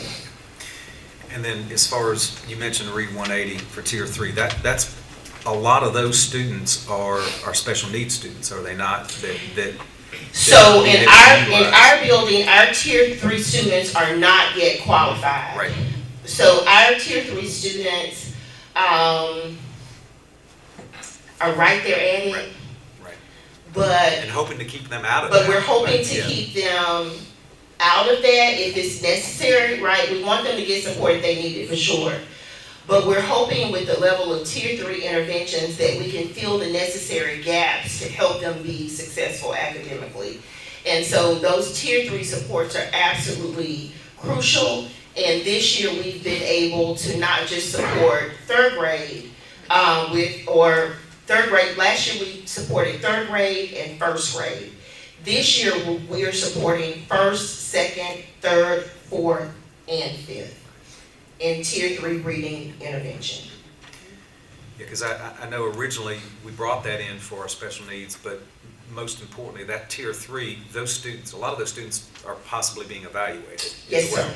for special needs. So, and then you mentioned DRC Beacon, and the board has heard, I already mentioned a couple times, and I know Dr. Nichols, this is probably next month for another presentation, but I want the board to hear, there may be some conversation out there about extra tests and, you know, extra programs. Right. But the reality is that we're piloting these programs, and the majority of our underperforming on purpose are piloting these programs because we feel like they will make a difference. And so how has that gone in the building as far as, you mentioned the information seems to be pretty relevant. It's awesome. Okay. We actually had the option to forego DRC Beacon because we were also doing iReady. So we are doing MAP, iReady, and DRC Beacon, which seems like it's a lot. But what we found with the DRC Beacon reports is that they are so aligned with the state assessment, we had to do it. Because like I said, it gives a more prescriptive outline of exactly where the kids need to be focused in order to be prepared for SC Ready. And so that DRC Beacon process has been awesome, and the reports are great. We are launching our second round in the next week. We are working on our growth assessment for our Ready, and so we will do another round of town hall meetings with our parents with that information, and we will continue that cycle until we get to state testing. And so the plan will not be for us to continue with all these systems. I mean, No. the reason why we're piloting is to see, is this the route we need to go? We just need to figure out what's gonna get us there, and give us the most prescriptive information. And so right now, since we don't know what it is, Jill Kane is doing it all. And we'll continue to do it all until we can get where we need to be. Well, and by visiting with your faculty and having a conversation with your leadership team and your faculty, everybody's on board with that Yes. too. Otherwise, if it wasn't critical information that they were able to utilize, it'd be a different story. But the understanding that I'm hearing is it's valid information, and anything that will give you valid information, everybody's on board to try to. Well, you should see them when the reports come out. They're running around with the reports, and we're, breaking it down in small groups. We're talking about it. So it was not, the team, it was not one more thing to do. Right. It was, we need this for our kids. And I think that is the biggest thing, is this team is invested in these kids, our kids. Very good. Well, Ms. Richante, I appreciate it, because I'm seeing a lot of nods from J.L. Kane teachers, which is obviously the staffing who are doing that. And I think that's a positive, that's good feedback for us to see, because a lot of times we hear are, we're over-testing our kids, and we're just putting this burden on the teachers, and but it sounds like the information that y'all are getting back is enhancing your classroom instruction ability. I'm seeing a lot of nods and smiles. They're invested, but I will tell you, our kids are invested too. Because if you walk in the building and ask them right now, ask a child what their growth target is, they will tell you. And they know what they need to do to get there. Thank you. Very good. Thank you. Very good. And just to clarify, DRC Beacon is the same company that, for SC Ready. So it is aligned to our South Carolina standards, just to plug that in there. All right, we have one last school with Cornwell. And this Sergeant is going to take it away and tell you all the great things they're doing there. Good evening. Good evening. So I have the pleasure of taking over Thornwell School for the Arts last June after coming in January as a master mentor to help with their 5th grade population. And you will see as we go over data, the growth we had in 5th grade compared to the 3rd and 4th grade that we had when I was in that position as well. So just to give a little background of Thornwell, enrollment's 182, poverty rating is 94.7, 100% disadvantage. Pretty much 50-50 makeup of gender. You can look at ethnicity. We are majority minorities, of course. 21% of our population is special education. And we also house the emotionally disabled classroom as well, self-contained classroom. This year, as of now, intervention, we have 18.7% of our population are receiving intervention in ELA, 20.3% are receiving intervention in math, which has decreased, and we'll talk about that later as well, which is a good thing. Now, with intervention, we had to redo the entire MTSS framework, because when I came in, it was obsolete. So that's a big thing that we did to get a handle on where the children are in regards to success. Chronic absenteeism, as of now, we're looking at a 15.4% rate, which is also decreased. That includes the suspensions though. But if you do not include the suspensions, it's a 10.4. Can I go back and come back? So looking at the report card, so Thornwell is the only school in Darlington County that is a CSI school, a comprehensive school of improvement identified by the State Department for underperforming. In almost a decade, it's been either a CSI school or a priority school. So that's a big red flag. So there's a lot of things that we had to go in and see, okay, what's going on, what needs to be restructured, so we can make a plan moving forward. And that will bring us back to the vision for change. So these areas right here were the areas in which we identified needed the most support. One of which instruction and curriculum. The quality, the alignment, and the rigor was not there. Our teachers at that point lacked a lot of capacity and skill. They are still in need of much capacity building, and that's what we're doing. When I first got there, they were sitting at right at probably 70% certified teachers on staff. Right now we have 100%. Let's see, so when we came in for the curriculum instruction and alignment, we want to make sure that everybody was doing rigorous activities, and our focus turned to small group instruction, vocabulary development, and experiential learning.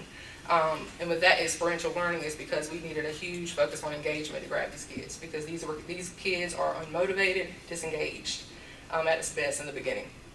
So we focused also on that student engagement piece and behavior. Attendance was hugely out of control. Discipline was very high, so we had to put in a lot of structures. Expectations had to be clear and high to get that under control as well. With teacher and staff capacity, staffing, like I said, started out around 70%. We got to 100%. The need for professional development is crucial, and we've been doing that. We meet weekly, and then we meet bi-weekly to discuss data, which we do common assessments bi-weekly as well. Stability is a huge thing with Thornwell. And at the bottom, you see culture and trust. So if you look at the historical data link, you'll see that this school has had constant change. Constant turnover in regards to teachers, constant turnover in regards to administration.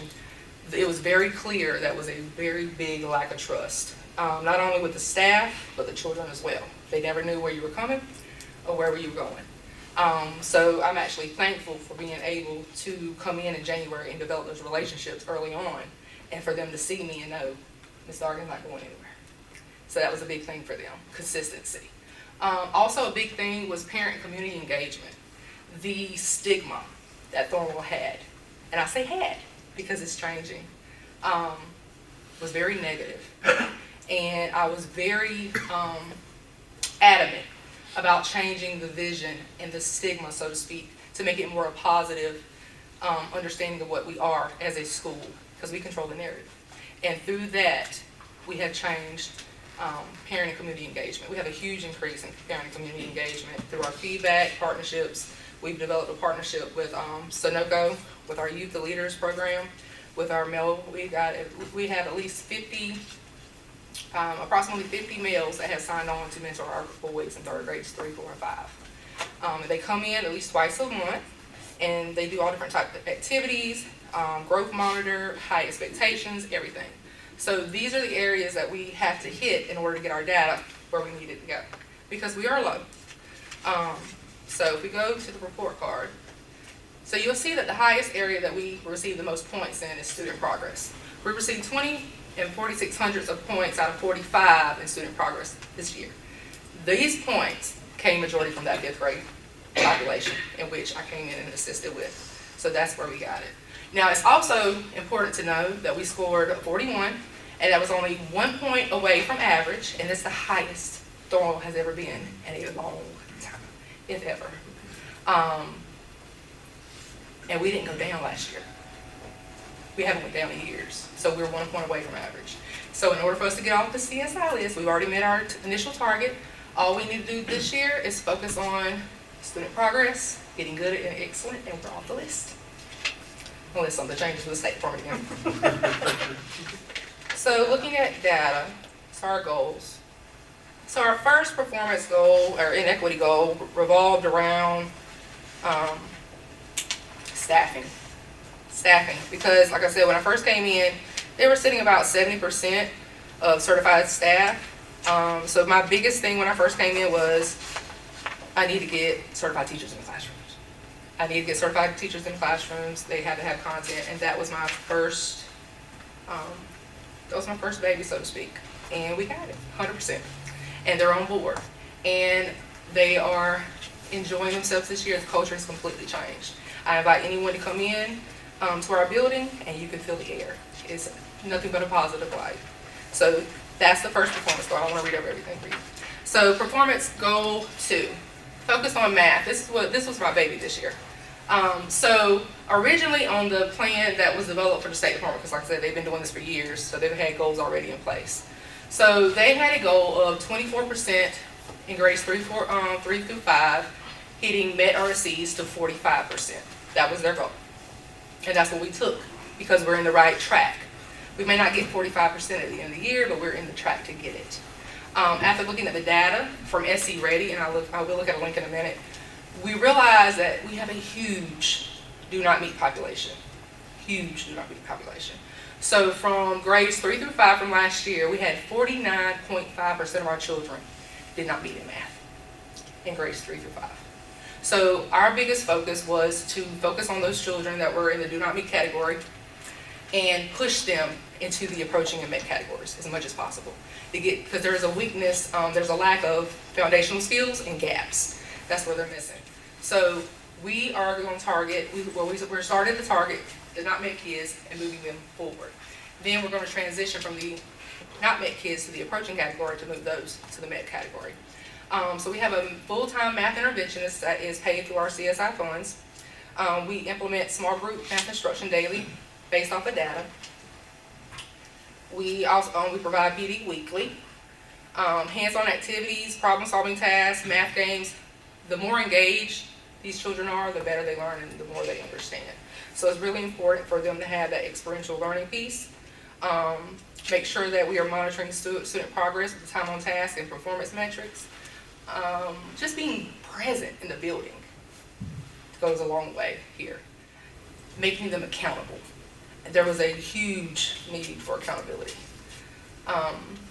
So regular grade level meetings, of course, every week, and make sure we're monitoring progress when it comes to data. Our biweekly common assessments, our informative assessments that we pick up in small groups, our map data when we take those as well. When we go in the classroom, we help. Everybody's on board. I go in and teach math myself. If my math teacher's not there, I teach math. ELA, same kind of line. We're going from, it's grades 3 through 5 will increase the percent of students who score meets or exceeds on ELA SC Ready from 28 to 41. The addendum focuses the shifting because of the data that was discovered. So we were going to decrease do not meet in grades 3 through 5 from 43 to 33% by the end of this year. So we changed that. How we're going to do that? Small group instruction, vocabulary development is huge. Systematic phonics program, that U-Fly program, once again, like Dr. Bridges said, if you don't have them early on, they have a huge weakness in foundational skills. So that phonics program and those math fluency is huge here as well. Closed reading and text analysis, writing, cross-curricular, monitoring the iReady usage reports and results, just having that accountability piece. If you walk around the school, every classroom has a target sheet on their wall outside their door, and it's their iReady results from the week before in math and ELA. And it's based off of overall average and time on task, because they have to be doing what they're supposed to be doing. Regular classroom observations and feedback. Coaching cycles are huge as well, especially with the building of the capacity.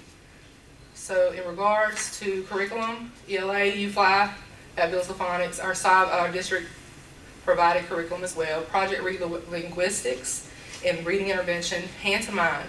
That is that math curriculum that goes from the concrete, to the pictorial, to the abstract thinking of math, what they need. They need to be able to see it, manipulate it, draw it, and then understand it. You can't take a child or a person straight to problem solving without building the capacity first.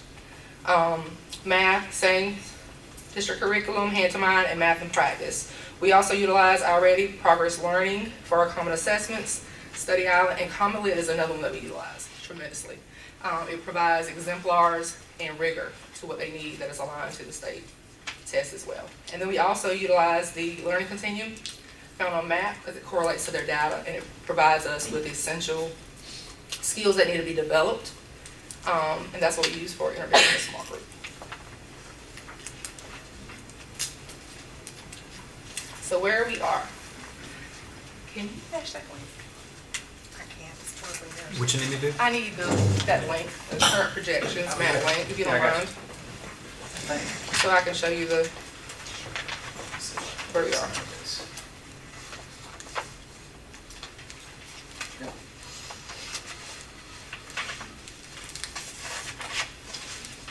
You can scroll all the way to the bottom. We'll just go over that one and you'll have access to that later. Scroll all the way to the bottom. After you, at the bottom is the school year compared to the year before. I think it should. I have it on access to. Anybody has link? That one at the top? Okay. Is it? Yeah, that's what I clicked on. That's not there. Yeah. That's what I need. Oh, I got a request. No, it's got access. So that's 24, 25. Can I read it off of yours? That was a comparison. Here you go. Oh, I'm sorry. We're adapting it. I apologize. No, Hold on a she second. uses my, that's fine. Let me get out of this. She's gonna read off my computer, it's fine. Okay. Yeah, it's fine. Y'all still have access. All right, so there's a chart that is embedded in where we are currently. So our ELA goal is 43% do not meet to 33% do not meet. If you look at the data, I hate that y'all can't see it. I want to do that. No. All right, so at the beginning, you got it? Let me get that for you. Okay, there it is, look there. Let me just get that for you. All right, so projections. So if you look through this, there's a one for third grade, fourth grade, and fifth grade, and then there's a school as a whole. So if you look at the first at the top, third grade does not have a comparison because those are your second graders from last year. Okay, so right now we have 25% not met compared to it was originally 35% in the fall. And then if you go down to fourth grade, when they took the test, the SE Ready test last year, it's 50%. There was 50% of our third graders from last year that were scoring do not meet. This year, they're currently in fourth grade, and we have 34.4 do not meet. So they're going in the right direction. If you look at the math students, the third grade math students from last year, they were 53.3 do not meet. Now there are 31.3. So that's a 22% deduction. So all of those children are moving into the approaching up category. Fifth grade is huge. These fifth graders were the fourth graders last year. They had no teacher all year long. So they have pretty much the biggest gap out of everybody. So if you look at that data, 65.6% of my current fifth graders, when they were in fourth grade, hit do not meet on the SRE test. Now, 40% are do not meet. So we're catching up from what they missed. ELA, 50%, now it's 34.7%. So, and then you have a total projections at the end. So in the initial goals for math, it was 49.5% to 28. Right now, we're sitting at 31.3. So we're right there at it. We have several months to go. Then ELA, my glasses. ELA, it was 43% do not meet as a school, and we're sitting at, I want to say 35.9 currently as a school do not meet. So. And substitute teachers the entire year? Yes, ma'am. They did. They did. Yeah, last year. When I came in January, there was one in the classroom I took over as well. I'm sorry, I didn't hear that. What was the question? Substitute teacher was teachers in for that the class whole the whole year. Okay. Yeah. I'm sorry, I just didn't hear you. So when I came in, fourth grade when I came in, there was one certified fifth grade teacher. The other fifth grade class had a sub. Fourth grade was one permanently substitute teacher all year long. And then they hired another teacher probably December for the other classroom. But if you look at the growth was not there for fourth grade at all. So that's what we were dealing with. So I showed this to tell you we got a lot of gaps, and that's what we're trying to fill in. We're doing a lot of gaps here. And then when we get the gaps, we'll show progress. Third grade is in great shape in comparison to fourth and fifth, and our babies below them are even in better shape. Our first graders are amazing in regards to data. But that's because we started them off initially where they need to be and they're getting their skills. So in summary, we're showing growth. But overall, so we have a significant portion of students who fall in the not met and approaches categories. Our approaches category is huge. We have a huge bubble of kids. But what that means is we have a lot we can push into the best category, which is great. And that's across all grades. But that suggests that we have a need for a focus on foundational skills. That's critical. That math fluency and that phonics is critical for these children. So for the improvements, so what we have is the number of students in the not met category have decreased in all areas, reflecting positive trends. MTSS, that framework that we revamped, we started off in fall in ELA, we had 26.5% of children. That is the entire grade, all of them, grades 1 through 5. 26.5% of the population in ELA was a part of MTSS. That means they were scoring at 10% below. Now, keep in mind, we also had 20% SPED. That's on top of that. Now, so ELA went from 26.5 in intervention to 18.8. So those are children that have came out because they're growing. In math, we started with 23.8% in MTSS, and that 10% or less, now it's 20.4. So we're seeing positive trends. We had an 88% growth in math in regards to math this past session. ELA, 84.5% growth across the board. Chronic absentee rating decreased from 27.1 last year to 15.4 this year. That includes suspensions. You take the suspensions out, it went all the way down to 10. And we have a huge influx of parent and community involvement. So our targeted actions. So we are going to enhance small group, or we are enhancing small group instruction to support approaching students into transitioning to meets. So our first semester, we were really focused on do not meet. This semester, we're focused on our approaching babies and any of those children that are in line to possibly need an evaluation. And we do have probably about 9 of those that are up for that. We have a focus on differentiated strategies to address the needs of both the low performing and the high potential students. We only have 3 GT kids in the whole school. That's gifted and talented. Implement enrichment activities to encourage higher achievement in math, professional development opportunities to build teacher capacity, coaching cycles are huge, being in and out of the classroom with our teachers to build them. SEL support. This school, social and emotional learning, is huge. This population of children, we are trying to teach them how to interact, how to communicate, specifically with our older kids. If you look at our SEL data, our children that are in grades 4 and 5 are in high need of SEL support compared to our children in 1st, 2nd, and 3rd. But our 4th graders and our 5th graders were also those kindergartners and those 1st graders during COVID. So you gotta take into consideration too. Mentoring programs are huge for our babies too. They love to feel important, seen, valued. So it's grade specific challenges. So our 3rd grade, we have to build the foundational skills to prevent the drop-offs in later grades. 4th grade, we need to support struggling students while sustaining the growth in higher performing groups, because our 4th grade is pretty strong. But they had 2 certified teachers last year, and they're still with us this year. 5th grade, we have an urgent focus on intervention for not met approaches students to improve readiness for middle school. And that's because they have that year gap, if not more. Any questions? Any questions? I'd just like to say thank you.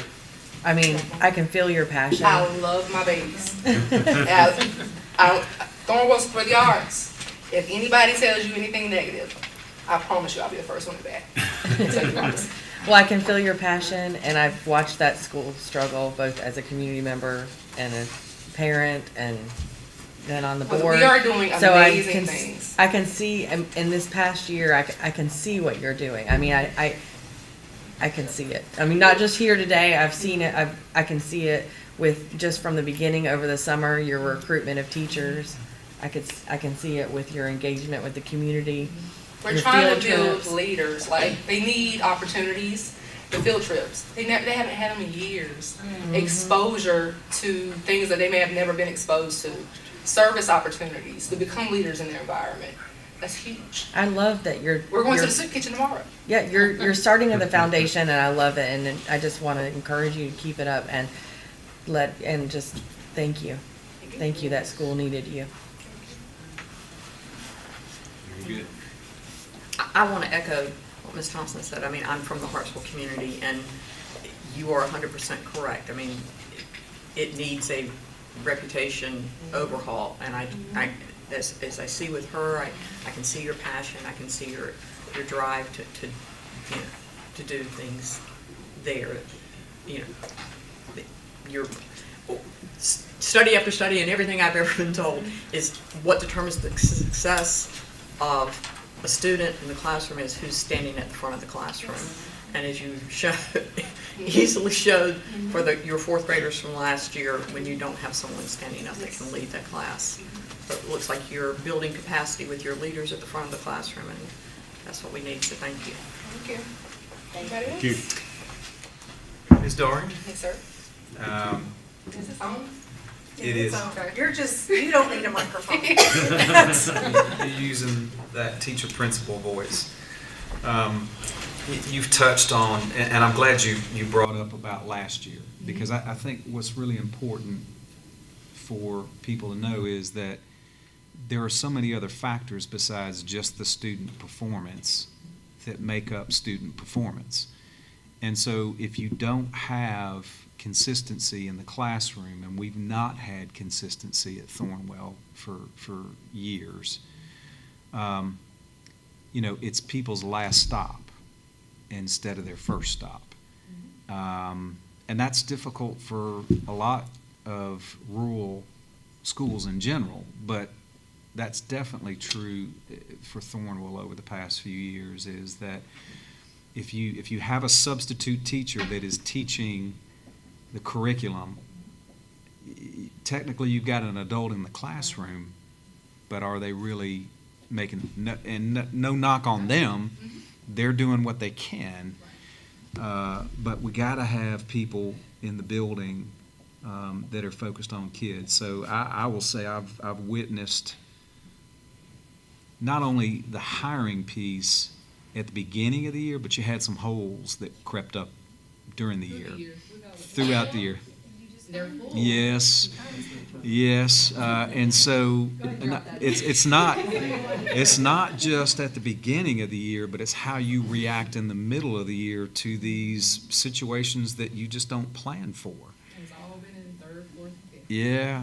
So kudos to being able to go to find people that in September, when you lost a teacher unexpectedly, for them not being able to be in the building anymore, for example, that you're able to plug somebody in.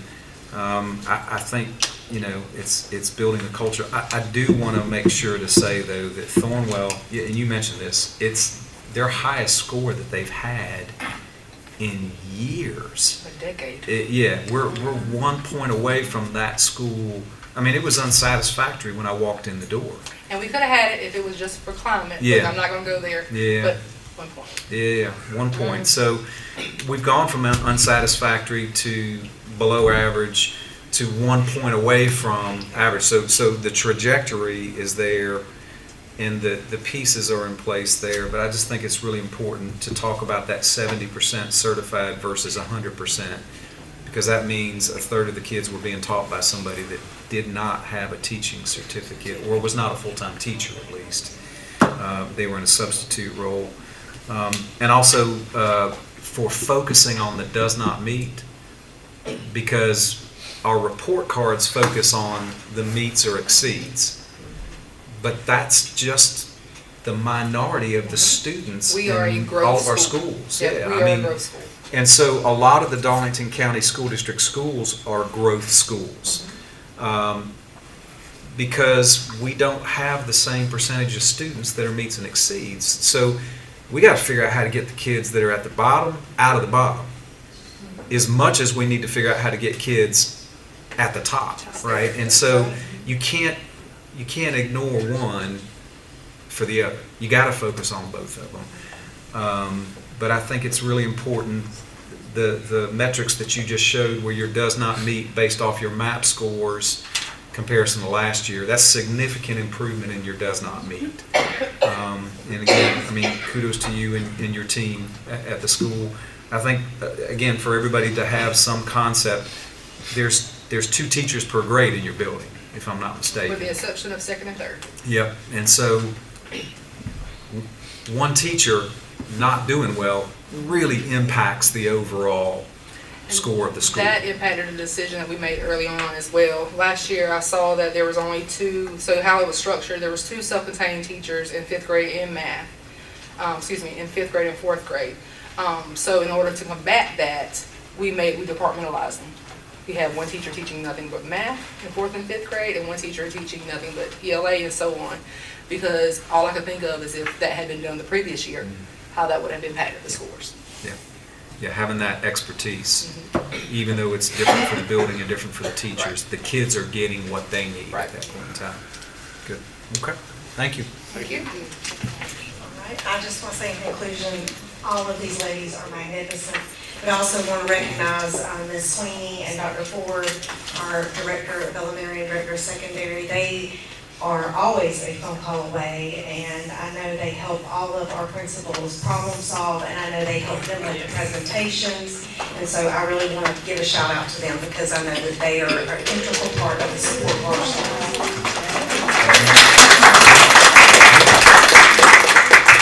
And I'm not going to belong it, but bemoan it, but obviously all of them you heard, they know where they are, they're looking at their data, they're focusing what's important. How can we use the people in the building and the time that we have in the building in order to meet the needs of students, because we know that that's where the change will occur.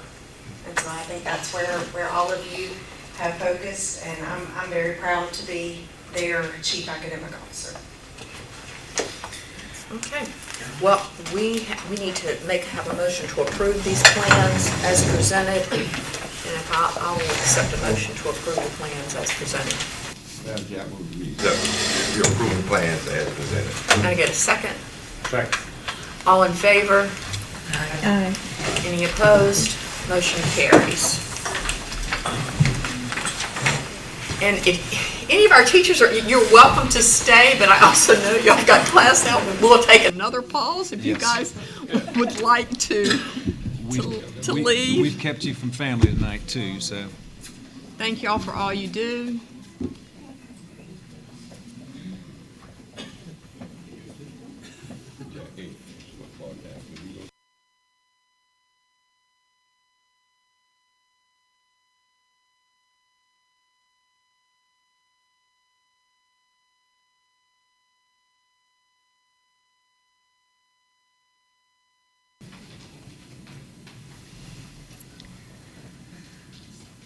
we'll move on. Dr. Newman, we're at our superintendent's update. Okay. Chair Haslund, members of the board, I have just a few items to share, and then, of course, our strategic plan goal area that I'm highlighting this month as well. But the first item that I wanted to bring up, everybody has seen this, well, I say everybody, a lot of people have seen in the news recently about the Power School data breach that has taken place in South Carolina. But not just South Carolina, it's actually taken place across the country, but not just across the country, it's global actually, it's international, that the Power School breach has taken place. There's schools and school districts all across the world that use Power School, and unfortunately, they had a breach to their system. Every school district in South Carolina has to use Power School, so that is a required program that we use for our student information. And so it was very disheartening to hear what took place last week. We've continued to get information from Power School. Our State Department intervened very quickly last week. I've had meetings with the State Department and all the superintendents. Mr. Brown and technology folks across the state have been meeting with Power School as well. And essentially the next step in this will be Power School will need to be communicating with every person that their data was impacted. So that'll be the next step. It won't be the Darlington County School District. It won't be any school district or school that will be contacting staff and parents and students. It will actually be Power School's responsibility for reaching out to every one of the individuals. We are still getting information from Power School on the extent of what, otherwise how many students, how many staff members. I do know that some of it is historical data, so it you know, potentially could be from folks that actually worked for us that don't work for us anymore, or parents that have had students graduate that have moved on. All of that is potential that's out there. I don't at this moment, I don't know if it's every single student and every single staff member or just a handful multiple times. My initial conversations are it's more than the handful. It's significant numbers. And so once we are given that information from Power School, we'll be able to talk more about this. But again, we are dependent on them and their protocols that are in place. You know, so I've told our principals, I've told our school district is that if somebody asked me or anybody else, you know, who do I call? We don't know yet. We don't have that information, and Power School will be the people that have to, by law, reach out to every individual that has been impacted. That is in law, that they have to do this. The state attorney general is involved in this. The state superintendent is involved in this. And you can imagine every state in the country is going through the same thing that we are as well. So I wanted to make sure to touch base. We did send a message out to all of our parents and all of our staff members last week with pretty much the same type of information. But I think for our public to know that this is it's a difficult situation, but we are going to do everything we can to make sure that our parents, our students, our staff members have the information from Power School as quickly as it is available from them, which we hope is within the next week is when that information should be out. So, during my board retreat this past weekend, that issue was discussed to some degree because every school district of the 73 districts, except I think 2 districts in the state, were affected by it. Greenville, and I think it's one other district. There's 4 districts total. 4, yeah. And so everybody else was affected. I think Oree, Greenville, and there are 2 others that were not affected. Everybody else was affected. And so I think Skisbit has been involved with that to some degree because of the insurance and liability issues. Yeah, and unfortunately, none of that falls at this point in time because of the type of breach, the type of data that was out there. But we're exploring all options with that as well, Mr. Govan. But to your point, there were 4 districts total out of 78 plus districts in the state. Only 4 of them were not impacted. Horry, Yep. Greenville, Edgeville, and Richland too. Yep. 3 very large ones, and for some reason, 1 very small one. So, but Did they know why they were not impacted? we're trying to find that out. I mean, was there some firewall they had in that? Yeah. I've heard some early explanations, but they're not validated yet. So we need to wait until the experts say this is exactly why they were and they were not. So. And there is nothing on our security side that was available. This was Power School's negligence. This was not behind a MFA or behind SSO. So this was accessed through another portal which they call Power Source, which is Power School's application. So it was nothing that we could have done on our side to prevent this. Yeah. And like I said, I've heard some early explanations, but they're just theories at this point in time until they do that full investigation. But I'm looking forward to finding out how those 4 were able to be excluded. On to other items. Our Hall of Fame, our second Hall of Fame banquet is on February 6th, and we're looking forward to celebrating all 3 of our nominees that have been selected for the Darlington County School District Hall of Fame. That's Dr. Thelma Dawson, Dr. Charlie Burry, and Dr. Bill Boyd, who all 3 have had very significant impacts on the school district over the years. So looking forward to that. Also, our hiring event, the Darlington County School District hiring event is February 1st at the Mayo Conference Center. That is where we will have all of our schools and departments in the district set up with booths, and we will have invited anybody that is looking for a job currently in the school district or potentially for next year, more importantly, that folks that are primarily looking for positions for next year, that we'll be able to interact with them, engage with them, and let them know the positions that we have available, and hopefully hire some of those folks. And I believe we've talked about a one-time bonus for certified teachers that actually sign on with us because of that hiring event. So more to come on that, but looking forward to that event.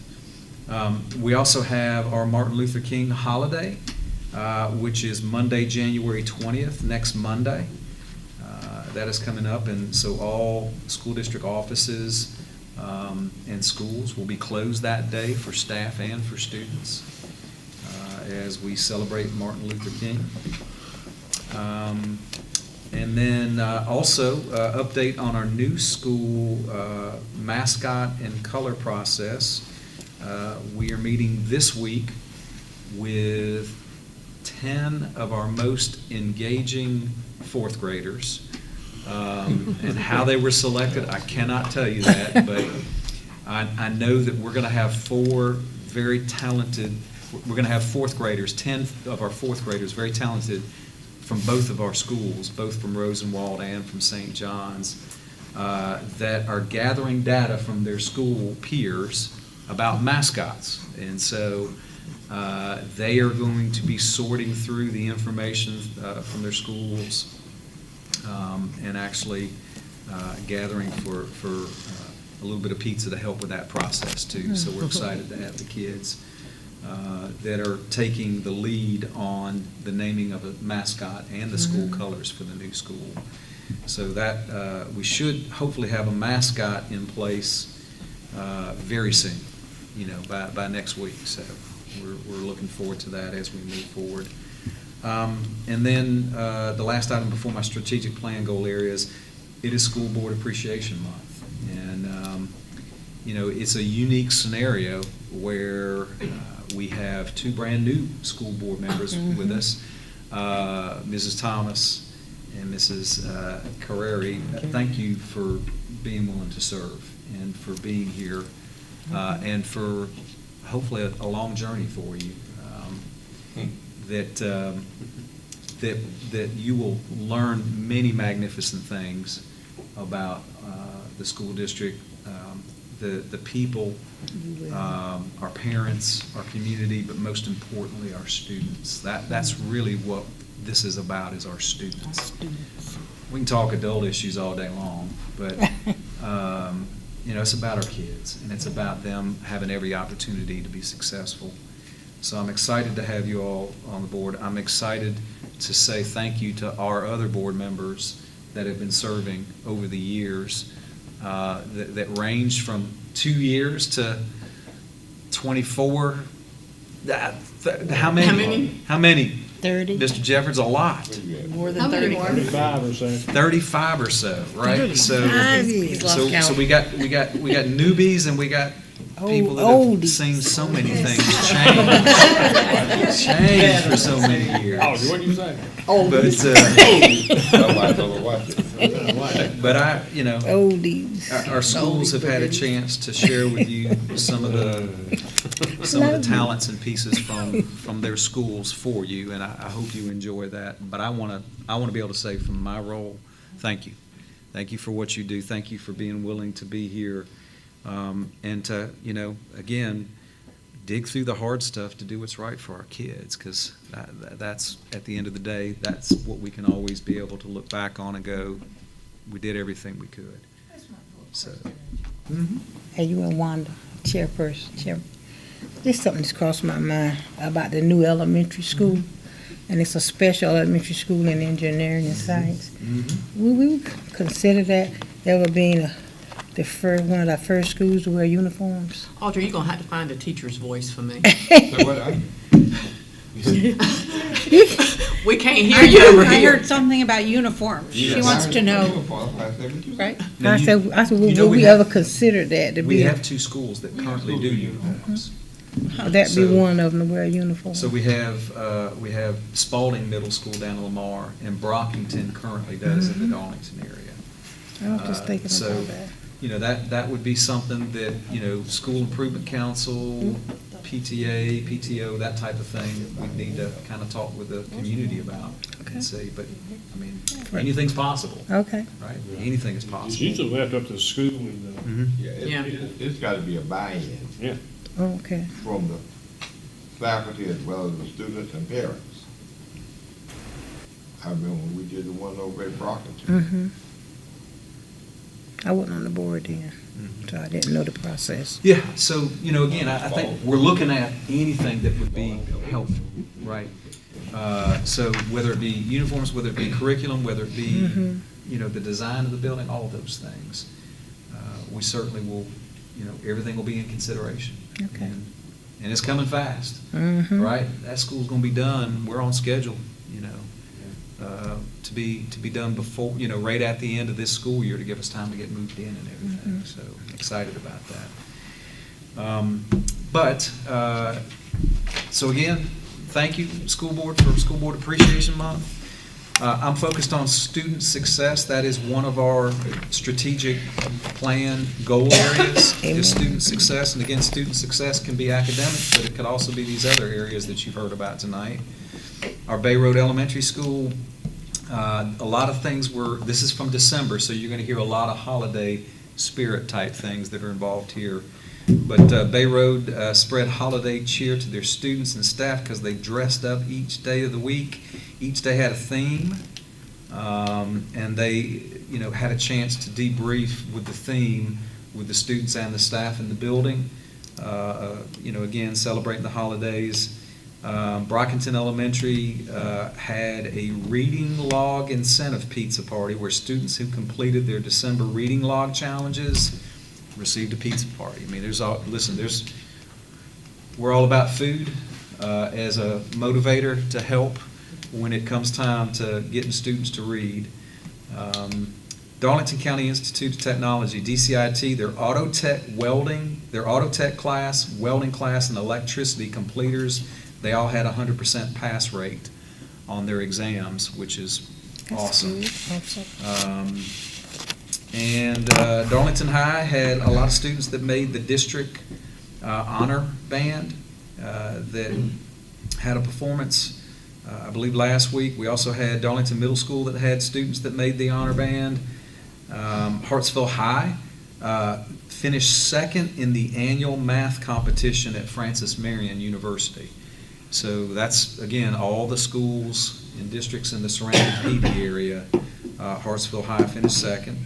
And also, student at Hartsville High, Sharon Jang, was first place in the National Chemistry Society Poetry Contest.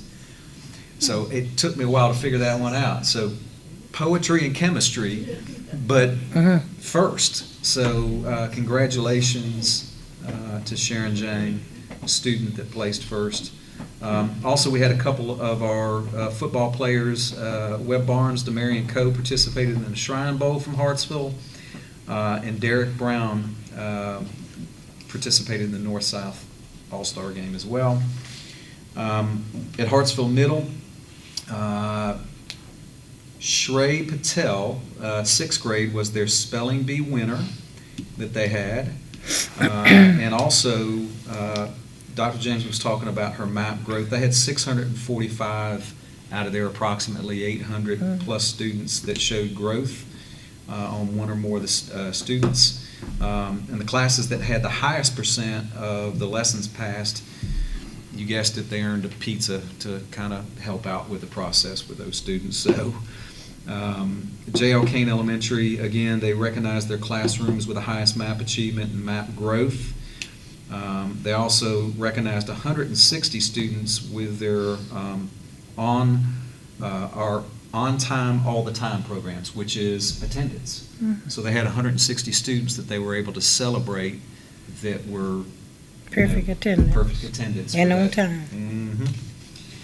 time. Mayo High School, they had their first annual Deck the Halls Challenge. I don't know if you all saw this or heard about this, but I thought it was a great idea by Ms. Leonard. It served as a backdrop for the holiday celebration, but advisory teams were challenged to create education-themed trees, which were placed throughout the campus, and they had a chance to vote on those, but it was all education-themed. They also, I thought this was really neat, Holiday Coffee House. Students were invited to demonstrate their talents at the end of the year coffee house before the break, and so they played instruments, and they sang and had dancing to show off the creative talents of those students at Mayo. North Hartsville Elementary School, they had a Secret Santa challenge, learning it's better to give than to receive. And so they actually did Secret Santa for each other to try to, again, demonstrate the process of giving and what that is like and how that feels. And then they also had, they had a MAP growth challenge. And so the students earned coupons for hitting their targets and growing on MAP goals. And those coupons could be spent on several different things: eat with a friend, play ball with your teacher, but the one that got the most popularity was the pie in the face of your teacher. So apparently they had the shaving cream, and so students were motivated to exceed at MAP. That was the one that garnered the most attention, apparently. So Pate Elementary School, students worked hard on the MAP test. 87% of the students showed growth on ELA testing, and 91% showed growth on their MAP testing. Southside, they had a holiday cheer Monopoly game where students were able to earn Monopoly pieces due to activities, working hard on MAP test, for example, earned them the pieces to use for the Monopoly game that they had. Spalding Middle School, students rewarded for growth on winter MAP and making exceeds on the test as well. Got dress down passes. And St. John's had a no tardy party daily for winning class. They also had their annual candy cart return for students with, that had MAP growth, that they were able to earn some things with that. Thornwell, again, you heard about their MAP growth and achievement. They had a shopping and glow party for that.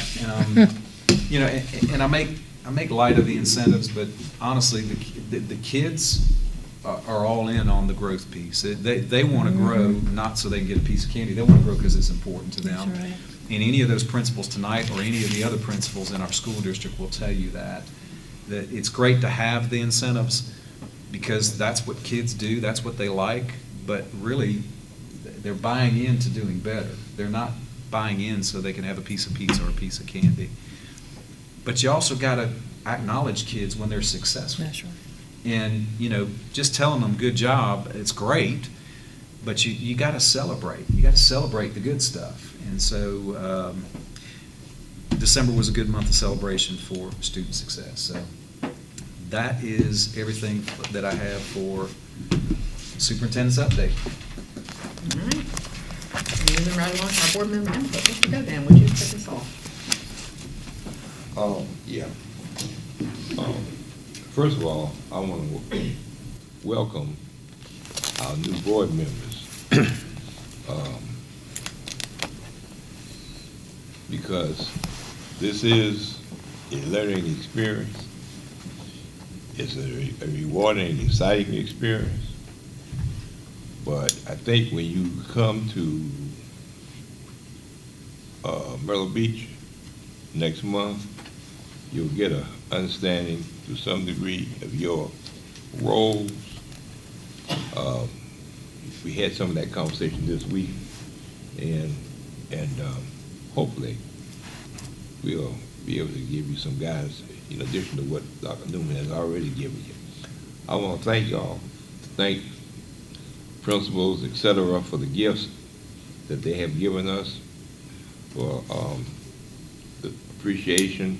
Also thank them for the work that our staffs are doing to improve our educational goals in this county. So side note, I talk a lot about our fraternity, and many times I ask for warrants for people to buy tickets for stuff. But we have partnered with Bay Road and providing mentoring, going on field trips, in Christmas time. Dr. Newman was talking about Christmas. We provided a few bicycles and stuff for kids at the school. Dr. Newman, the chorus performance, you may have sent it out, I may have overlooked it, but I understand it was well attended and was a very good program. That's it. Mr. Jeffords. Okay, I'll make it short. Welcome all our new board members. Looking forward to working with all of you. We got a good board that's always worked well together, and I know we'll continue to do that. Thank you for our gifts, and looking forward for a really good year. I think we're headed in the right direction, and I feel really good where we're headed.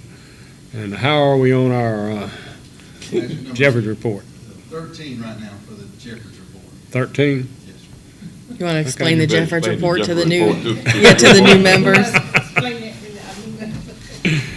That's the vacancies we have in our school district for teachers right now. We have 13. And how many of those are special ed? 2. 2? Okay. All right. So those are teacher vacancies, right? Those are certified classroom Yeah. teacher vacancies. Yep. Okay. And for as long as since I was a child, he's been asking what the vacancies are at every board meeting. All right. 30 years? 35 years. Okay, thank you. Ms. Thompson. Yeah, so I just wanted, of course, to welcome you guys. I'm looking forward to learning alongside you. It's a continuous learning experience, and as Mr. Govan said, the South Carolina School Board Association is very helpful in that, and so are all of the folks here. I've never had anybody turn me away if I have a question or want some more information. So I encourage you to, don't be shy. Everybody's here to support you and help you learn, and I'm learning every day. So looking forward to learning alongside you. And then I also just wanted to mention, I just loved hearing from our principals today. I know we were hearing about them from them because they were considered underperforming, and they were sharing those plans because we're required to. But gosh, I would love to. We got to bring people to these board meetings more so we can. I try to get out into the schools, but I love being able to get, like, whether we get, a certain group of people or whatever. I just would love for more of that at our meetings. To celebrate the good things, share the challenges. They were honest about their challenges. That's important too. I'm not asking you to bring people in here to celebrate all the time and give us some sort of skewed view of how things are going. But getting that information from the source, I think I just love it. And so I just really appreciate it. It fills me with hope for where we're headed. You share that with us all the time, but to hear it from our principals and have the teachers sitting here alongside them, it means a lot. So I appreciate that a lot. I appreciate their time that they put into their presentations and the way that they explain things to us. So very much appreciate it and would love to always see more of that. And I think I'll leave it at that. Mr. Thomas? Well, I just would like to say I look forward to working with and learning from those of you that's been here for years and years and years. That's a nice way of putting it. She could just stop at the years. Years and years and years and years and years and years and years. I would also like to thank, and they're gone now, all but one I see, those folks that supported me during my bid for election, and just let you know that I will advocate for the children and be the voice in the community. Thank you. All right. That it? Okay. Let's go. No, I've come to you, Well, I just want to thank our two new board members on tonight. Thank you for the vision and the goals that you all have set in your hearts to come in and help the children of this district. They can't get enough help. So thank you all for taking on that challenge to do that. And I look forward to working with you all so very much. And I also, our new returning officers for this year, Chairman and absent Co-Chair Lynn and our Secretary, they're very good leaders, and they have provided us with very good leadership on the board so far. That's why it was so easy to re-elect them, because they do an excellent job for us. Our SNL team, you all the best. I'm so proud of you all and all the work that you all do for the district. Miss Renee, if I had $1 million, you would be over my money, because I know to be spent right and taken good care of. So I thank you for what you do for the Darlington County School District. Thank you for that, working with Webster and Rogers for such a fantastic audit that we get all the time. Thank you so much. Dr. Nichols, thank you for working with the principals on tonight, being so transparent, letting us see where we really are, and letting us see that turnaround plan that each one of the principals had, and they spoke so effective, and they're bought into their schools. So when they're bought into those schools, they're going to give us the best that they can do. And I was really appreciative because all the principals stood up for their schools, and they gave their performance goals, and I believe that they believe that those goals are attainable. I didn't see any long stretches or long reaches. They say, you know, we didn't get here overnight, we're not gonna get out overnight, and they realized that, and those goals that they had, I believe in their hearts, they're gonna meet every one of those goals and more. So I'm going down the line. Dr. Chuck Miller, thank you for being a good HR. Thank you for keeping Darlington County School District with good, passionate teachers. Thank you for what you do. I'm looking forward to the event on February the 1st. I'm going to be there. I wish I could slip a resume under there and get me a job.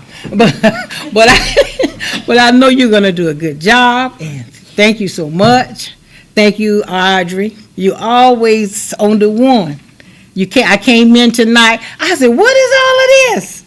And she said, look at their names and just thank you for how you just put it together for us. You are such a inspiration. You keep us full of everything that we need to know. You let the community know what's going on, and thank you for that. Mr. Schuler, Mr. Operations Man, we can't make it without you. We're keeping everything on point for the schools. Thank you for how you go from school to school doing what you have to do. I appreciate you. Mr. Brown, now I know we got this security breach. I'm not blaming you for it, but you do an excellent job for the Darlington County School District. And I thank all of you all for supporting Dr. Newman, because you all make him look good. And we thank you for what each one of you all do every day. See, y'all do this every day. I just come by every now and then, but y'all do this every day, and you all are appreciated. When I go out in the community, I let people know who is behind this school district. Y'all make Dr. Newman look good, and Dr. Newman make us look good. So we just go hand in hand with each other. So I'm looking forward to a good year. This was a good kickoff. This was a good board meeting. And I believe that some good things are going to happen to the Darlington County School District this year. I believe the school report is going to be back where it should be. And we're not going to have any non-performing schools. We're going to do what we have to do to help these children. And I just say thank y'all. And I want to thank all the schools for those beautiful gifts and those so thoughtful.